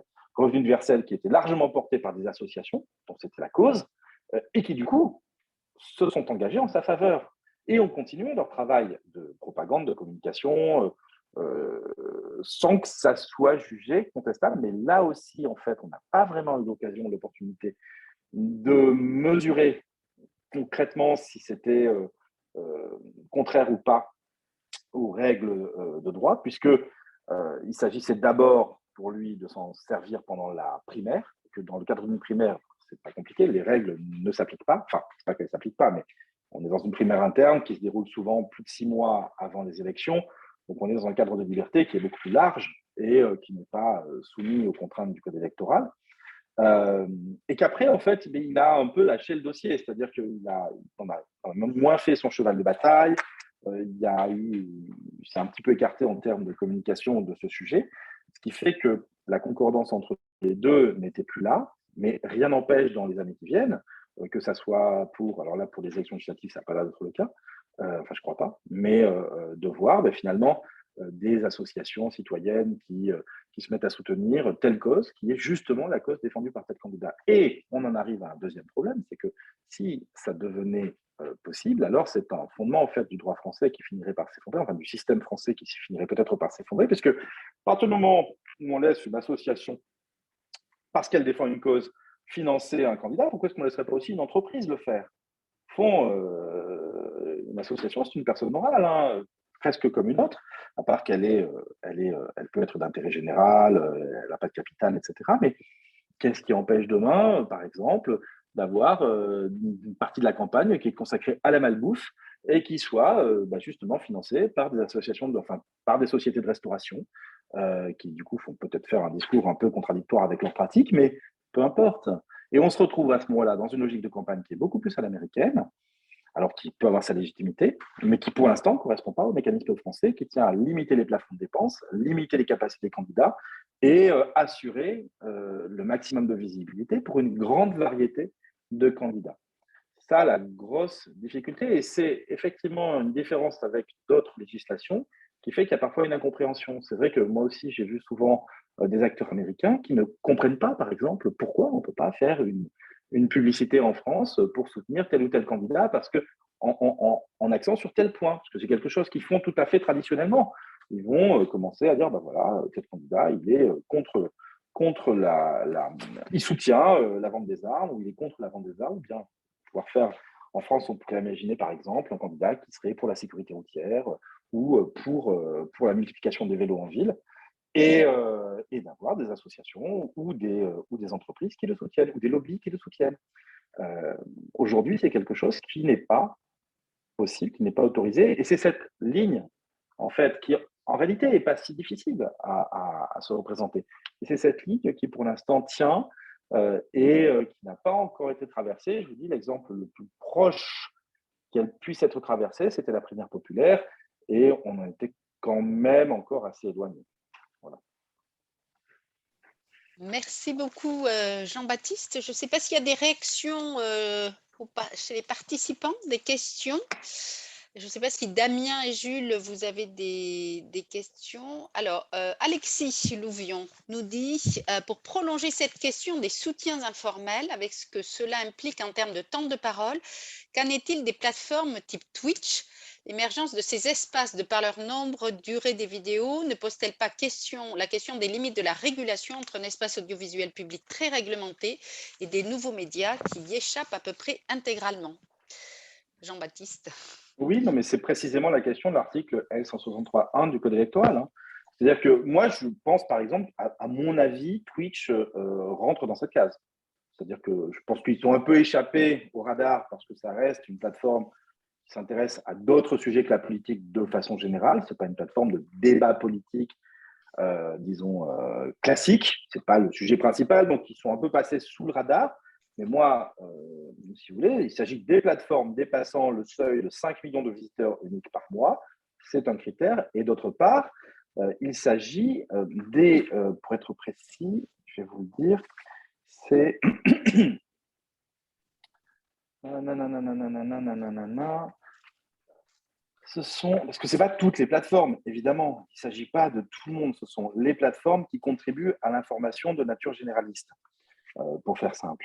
Donc, est-ce que Twitch contribue à une information de nature généraliste ? Bon, ce n'est pas quelque chose de totalement évident aujourd'hui. Ça reste une plateforme un peu spécifique. Oui, c'est pareil pour LinkedIn, par exemple. Est-ce que LinkedIn rentre dans cette catégorie par le seuil de connexion ? Je pense. Par le sujet, ce n'est pas certain. Et donc, est-ce qu'il faut leur appliquer ces nouvelles obligations ? Bon, la question se pose après. Ce qui était un peu surprenant, c'était le refus quand même des plateformes d'appliquer les obligations de l'article 163.1, parce que si on les regarde, elles ont quand même un caractère très logique. Je pense que l'information sur la source de la publicité, je ne vois pas très bien pourquoi ça ne serait pas une information publique, ce qui d'ailleurs existe aux États-Unis. Hein. C'est-à-dire que ça, c'est des choses, aux États-Unis, ça se fait. On dit, ben voilà, on paye peut-être une pub pour un candidat qui soutient les armes à feu, mais on vous dit quelle en est l'origine. Ah, Jean-Baptiste, c'est… Il me semble bien qu'on vous dit combien on a payé, ou en tout cas, vous avez accès au compte de ces associations, et vous pouvez savoir combien ils ont dépensé, combien ils ont payé, etc. Et puis, l'information sur les données personnelles, de toute façon, on y a accès même en dehors de ça. Ce n'est pas une nouvelle obligation.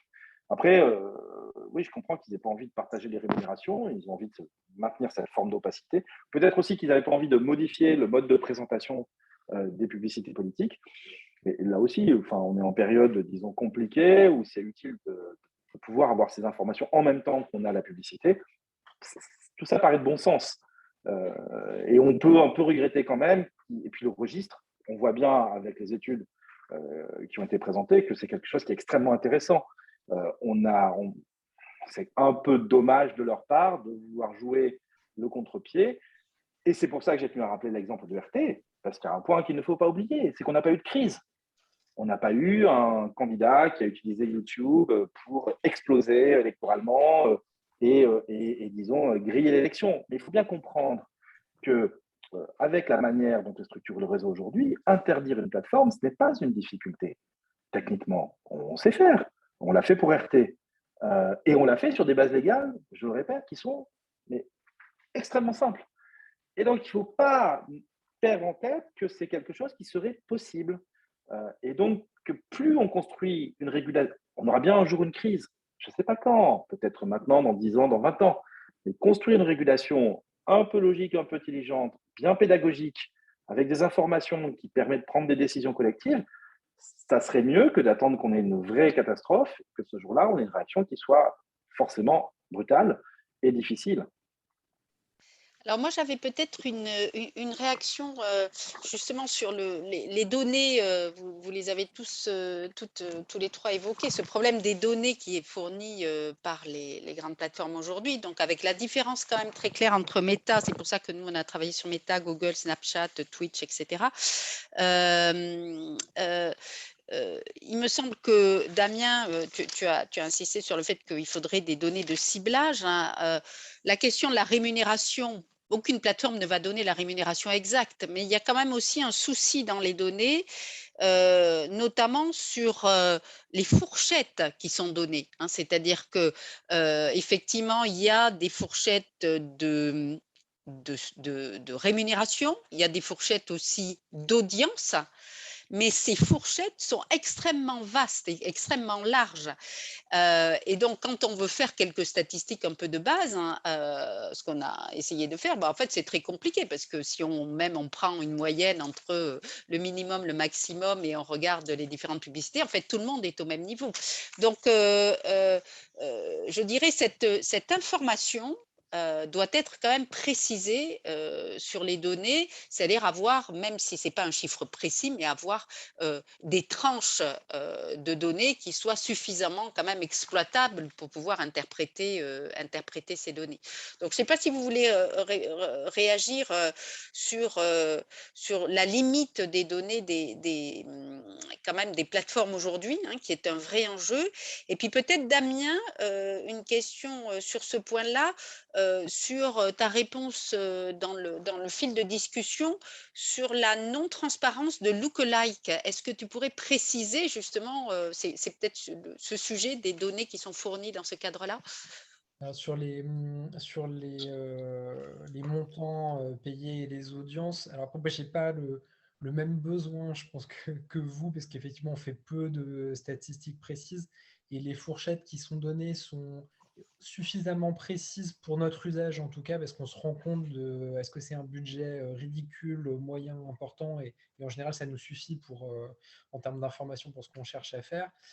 Par ailleurs, je partage totalement l'étonnement de Jean-Baptiste, parce que de facto, la plupart des plateformes donnent déjà des informations effectivement sur ce qui a été payé, en tout cas par l'annonceur.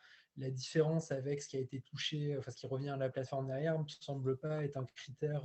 Enfin, c'est pas une révolution. Ça serait pas une révolution pour elle de le donner. Donc, c'est vrai que le refus de communiquer là-dessus est quand même un peu étonnant. Et après, sur les lookalike audience, c'est structurellement pas possible pour deux raisons. La première, qui est assez basique, c'est que si demain Meta affichait le fichier qui a été utilisé pour le lookalike audience, ils auraient de gros ennuis juridiques parce que ça veut dire qu'ils publieraient un grand nombre de données personnelles identifiables sur des quantités importantes d'utilisateurs. Et je pense qu'ils ont appris de leurs erreurs dans le passé et savent qu'il ne faut surtout pas faire ça. Voilà. Je le dis pour Meta, mais c'est vrai pour toutes. Et il y a un deuxième point qui est un peu plus subtil, qui est que d'une certaine manière, Meta elle-même ne sait pas quels sont les critères qui sont utilisés lors de lookalike audience. J'essaie de l'expliquer de manière simple. Quand vous uploadez ce fichier pour le lookalike audience, c'est un outil de machine learning qui passe dessus et qui détermine lui-même de manière automatisée une audience similaire à celle-ci. Ça ne le traduit pas en disant « j'ai remarqué que tous les gens qui sont dans ce fichier aiment la chasse et habitent dans le sud-ouest de la France ». c'est une matrice beaucoup plus complexe que ça qui est utilisée pour créer ce fichier lookalike. Et donc, on ne peut pas le traduire de manière simple en une liste de critères fermés. Pour vraiment comprendre comment ça marche, il faudrait non seulement avoir accès au fichier source complet, et, de voir quels sont les points communs qui émergent dans une grosse analyse qui peut être très big data, parce on peut charger vraiment énormément de données dans cet outil. Donc c'est pour ça que même avec les meilleures intentions du monde en termes de transparence, ce type d'outil structurellement ne peut pas être totalement transparent. Je ne sais pas si Jules et Jean-Baptiste, vous voulez réagir? Oui, Jules?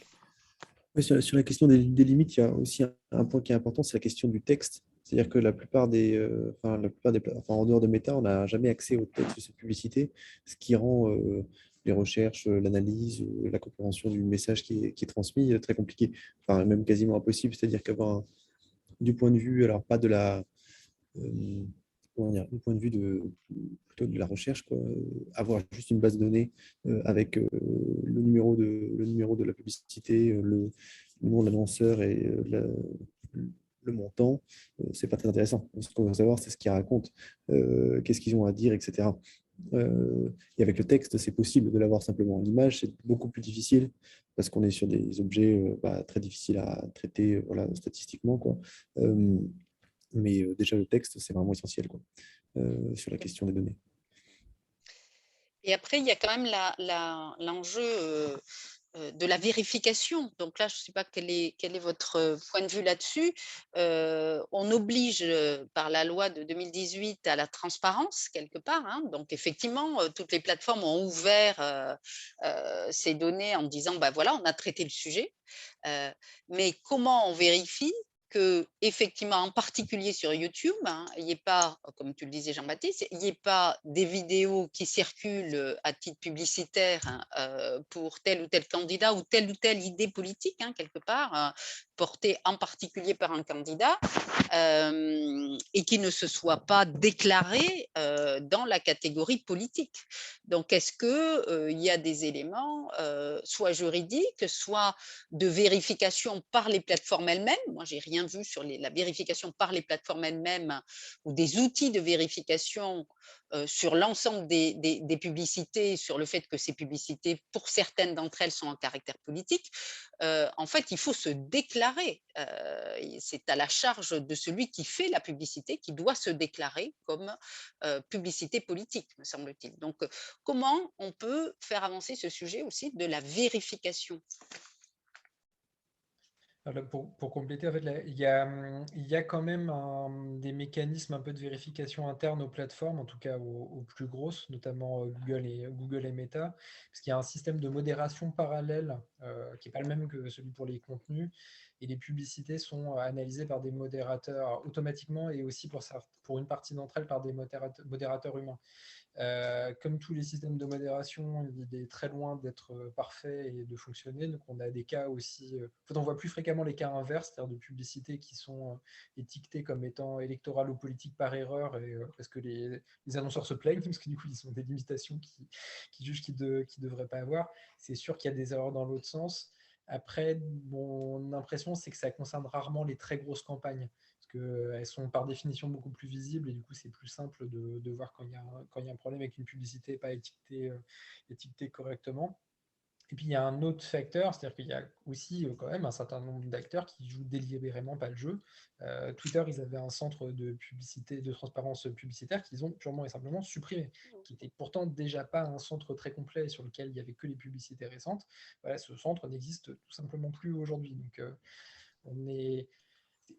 on dit les plateformes par commodité et aussi parce qu'il y a beaucoup de problématiques communes, mais il y a quand même des évolutions et des choix politiques assez différents selon les plateformes au fur et à mesure du temps et qui ne vont pas toujours non plus dans le bon sens. On n'a pas commenté les chiffres d'audience tout à l'heure, hein, mais avec, enfin, pour les participants, avec assez peu de budget, via les plateformes, on touche très vite des millions d'individus. Il ne faut quand même pas l'oublier. Et donc, quand tu parlais de, effectivement, ça se verrait s'il y avait une très, très grosse publicité politique sur un candidat sur YouTube ou sur d'autres plateformes. Bon, on a aussi toute la queue de distribution qui peut être très, très, très efficace, avec peu d'investissement, mais touchant quand même des millions d'individus. Jules, tu voulais réagir? Non, je voulais revenir sur ce que disait Jean-Baptiste Souffron sur le lien avec les associations aussi. C'est-à-dire que enfin, quand on voit comment dire, ce qu'a fait par exemple la Fondation du Pont Neuf, c'est assez éclairant sur la manière dont une publicité peut passer à côté de la réglementation, avoir une modération, enfin, et de la modération, tout en diffusant manifestement un message. Et donc, ça me semble vraiment enfin, moi, ce que je retiens aussi de la confrontation avec les différents intervenants, c'est cette question de comment maintenir ou quel va être l'avenir de cette limite entre le contrôle des candidats, le contrôle des candidats et des partis, et la communication plus générale des associations, des causes, des ONG, etc. C'est ça le débat de la réglementation, il me semble. Et Jean-Baptiste, tu veux peut-être commenter? Là-dessus, pas vraiment, non. Non. Je n'ai rien à ajouter. Alors nous, on a vu dans les acteurs peut-être informels, enfin qui ne sont pas informels, mais on a vu quand même une part importante dont tu peux parler, Jules, d'instituts très connus, comme l'Institut Montaigne, voilà, des centres de réflexion extrêmement connus qui se mettent à faire de la publicité avec des budgets importants pendant la campagne électorale, prônant non pas là des candidats, mais des idées. C'est un peu ce qu'on disait tout à l'heure. Et donc, quelle est votre réaction par rapport à ces instituts bien connus, très, très présents sur le marché enfin, sur les instituts de réflexion politique en France, qui se mettent à faire de la publicité pendant la campagne électorale de manière assez claire? Il rentre dans quel cadre, Jean-Baptiste? C'est toute la question. C'est qu'aujourd'hui, c'est quelque chose, là pour le coup, qui est nouveau. Aujourd'hui, on peut penser quand même que la majorité d'entre eux se sont bien abstenus d'être dans le soutien direct à un candidat quel qu'il soit. C'est-à-dire que cette règle qui est de faire la différence entre un parti politique qui est lourdement réglementé et le reste de la société qui est beaucoup plus libre dans son expression. Et puis, il y a un troisième acteur qui est les médias, qui doivent respecter la règle d'équité des temps de parole et enfin la règle d'équité envers les candidats. Mais cette catégorisation qui est très française est implicitement respectée par à peu près tout le monde. Donc en fait, on n'a pas vraiment de sujet. Je ne pense pas que les grands think tanks aujourd'hui ou d'autres aient fait lourdement campagne pour un candidat d'une manière telle que ça soit problématique. C'est aussi normal pour eux, en tant qu'acteurs du débat politique, de participer au débat politique. Et là, dans la jurisprudence du Conseil constitutionnel, il faut bien se rappeler que la vitalité du débat politique est un très important critère qui, très souvent, permet d'exonérer la très grande majorité de ce qui pourrait paraître comme une infraction. C'est essentiel, c'est-à-dire qu'on est sur des gens dont l'activité est quand même de faire de la public policy, de proposer, de faire des propositions politiques. La campagne électorale, à ce titre, est le moment où eux aussi peuvent participer au débat en mettant en avant leurs idées, leurs analyses, leurs propositions. Qu'elles soient reprises par un candidat, qu'elles soient soutenues par un candidat, c'est quelque chose qui ne paraît pas aujourd'hui poser de difficultés, mais ça pourrait l'être dans le futur. Et à ce moment-là, la règle serait simple. Ça serait la réintégration des dépenses du think tank, ou d'abord, ça serait le contrôle du financement de l'éventuel think tank, auquel on appliquerait alors les règles qui sont celles des partis politiques. Et ensuite, la réintégration de ces dépenses dans celle d'un candidat. Éventuellement, ce qui pourrait arriver, si on pense à des gros think tanks, qui peut-être ont une communication large, etc., mais qui, à l'occasion d'une campagne électorale, veulent communiquer sur un sujet qui est précisément celui d'un candidat, ce qui n'a pas été le cas, encore une fois, là on parle de façon théorique. On pourrait imaginer, peut-être à ce moment-là, la solution pour eux, ça serait éventuellement de faire un petit peu comme a fait la primaire populaire et de lancer une structure spécifique destinée à promouvoir leur idée. Et à ce moment-là, cette structure se retrouverait intégrée risquerait de se voir intégré dans les dépenses de candidats, mais on serait sur des montants qui seraient probablement raisonnables et où ça serait acceptable. Et surtout, ça serait facile à contrôler. C'est tout le problème, c'est qu'en France, on veut que les candidats soient à égalité. Donc, on limite les plafonds de dépenses électorales et on essaie d'organiser l'équité dans leur accès aux médias. Donc, ça veut dire du contrôle. Et soit on choisit d'être dans le champ politique et on est contrôlé, soit on choisit d'être hors du champ du politique et on s'efforce de limiter son expression. Et à ce moment-là, on n'est pas contrôlé. C'est vrai qu'aux États-Unis, ou dans d'autres pays, on ne prend pas ces pincettes. On dit, moi, je soutiens tel candidat parce qu'il soutient ma proposition. Et avec toute mon organisation, on pense que vous devriez voter pour lui. C'est quelque chose qui, en France, n'est pas possible. Pas comme ça. Mais sinon, le risque, c'est que demain, on a effectivement le syndicat, je ne sais pas, moi, le syndicat des bouchers ou celui des golfs. On peut imaginer tous les exemples du monde, hein, des associations professionnelles, des lobbies, des associations citoyennes, avec des intérêts qui sont légitimes, d'autres qui le sont moins, qui sont en totale opposition et qui vont commencer à acheter des campagnes de promotion et de publicité pour les candidats qui les soutiennent. Imaginez par exemple que ça soit quelque chose qui soit ouvert aux chasseurs d'un côté et aux anti-chasseurs de l'autre. On voit très bien comment les choses peuvent partir et échapper à tout contrôle. Or, la logique française, c'est que justement, on se retient de soutenir un candidat, ce qui fait qu'on est obligé d'avoir un discours policé. Donc, c'est limite naturel à l'expression, parce que si on soutient un candidat, c'est qu'on fait partie de son organe de candidature et que donc on doit être contrôlé comme lui et qu'on prend les mêmes risques que lui. Voilà. Alors, peut-être dernière question pour Damien, c'est sur la position des médias. On a vu les médias très clairement faire beaucoup de publicité pendant la campagne présidentielle en mettant en avant des unes qui prenaient quand même des points de vue tout à fait engagés, on va dire. Donc, quelle est ta réaction par rapport à ça, le fait que... Pour moi, c'est un byproduct, si on peut dire, de l'évolution du modèle économique des médias, qui est que dans un paysage où les médias en ligne font de plus en plus appel à l'abonnement, que les gens s'abonnent plus facilement pendant une période électorale, notamment aux médias d'opinion ou qui ont une position politique très marquée. Beaucoup de services marketing de grands médias ont multiplié leur budget et fait beaucoup de publicité qui effectivement parfois montrent un candidat, peuvent être compris comme un soutien implicite à un candidat par un internaute ou sont vraiment dans une frontière entre ce qui pourrait être une publicité politique et ce qui est une publicité classique qui est assez difficile à déterminer. Et je pense qu'effectivement, si on fait évoluer le cadre et la législation, les publicités des médias pendant la campagne risquent d'être les premières épinglées parce que de facto, il y a un certain nombre de publicités qu'on peut considérer comme faisant de l'agenda setting ou une forme de publicité pour ou contre d'ailleurs tel ou tel candidat et que ça pose un certain nombre de questions. Mais ça rejoint très largement, je pense, que disait Jean-Baptiste, on est dans une discussion où il faut trouver une forme d'équilibre entre la liberté d'expression et la liberté d'être informé, d'avoir un débat politique vivant et le maintien d'une certaine équité entre les candidats et la prévention des pires abus.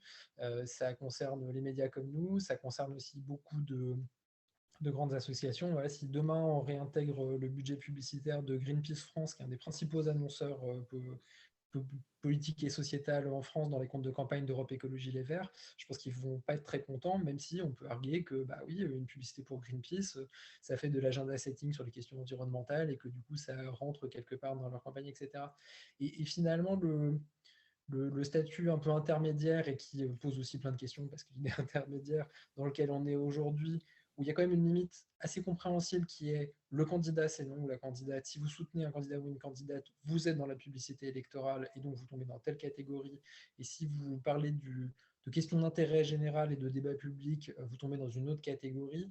Moi, me semble pas une base malsaine, en tout cas, pour essayer de préserver un peu les deux, même s'il y aura toujours, et c'est le propre notamment des acteurs qui n'ont pas les meilleures intentions du monde, d'essayer de trouver la jointure entre les deux qui leur permet de tricher et de faire des petites manipulations. Mais au final, et d'ailleurs la campagne s'est plutôt pas trop mal passée de ce point de vue-là, même s'il y a eu quelques soucis, ça fonctionne pas si mal, en tout cas pour l'instant. Parfait, merci beaucoup Damien. Je vois que nous arrivons à la fin de du temps du webinaire. Je vous remercie vraiment chaleureusement tous les trois de votre intervention. Merci également aux participants voilà, et des questions posées. Nous aurons un prochain webinaire sur un sujet tout à fait différent, sur le sujet de la confiance dans l'IA, mais sur en particulier le concept de confiance. Qu'est-ce que ça veut dire la confiance dans une technologie, qui aura lieu au mois de juillet. Voilà, merci à tous, très bonne soirée et puis peut-être à une prochaine fois pour un prochain webinaire. Au revoir. Merci, au revoir.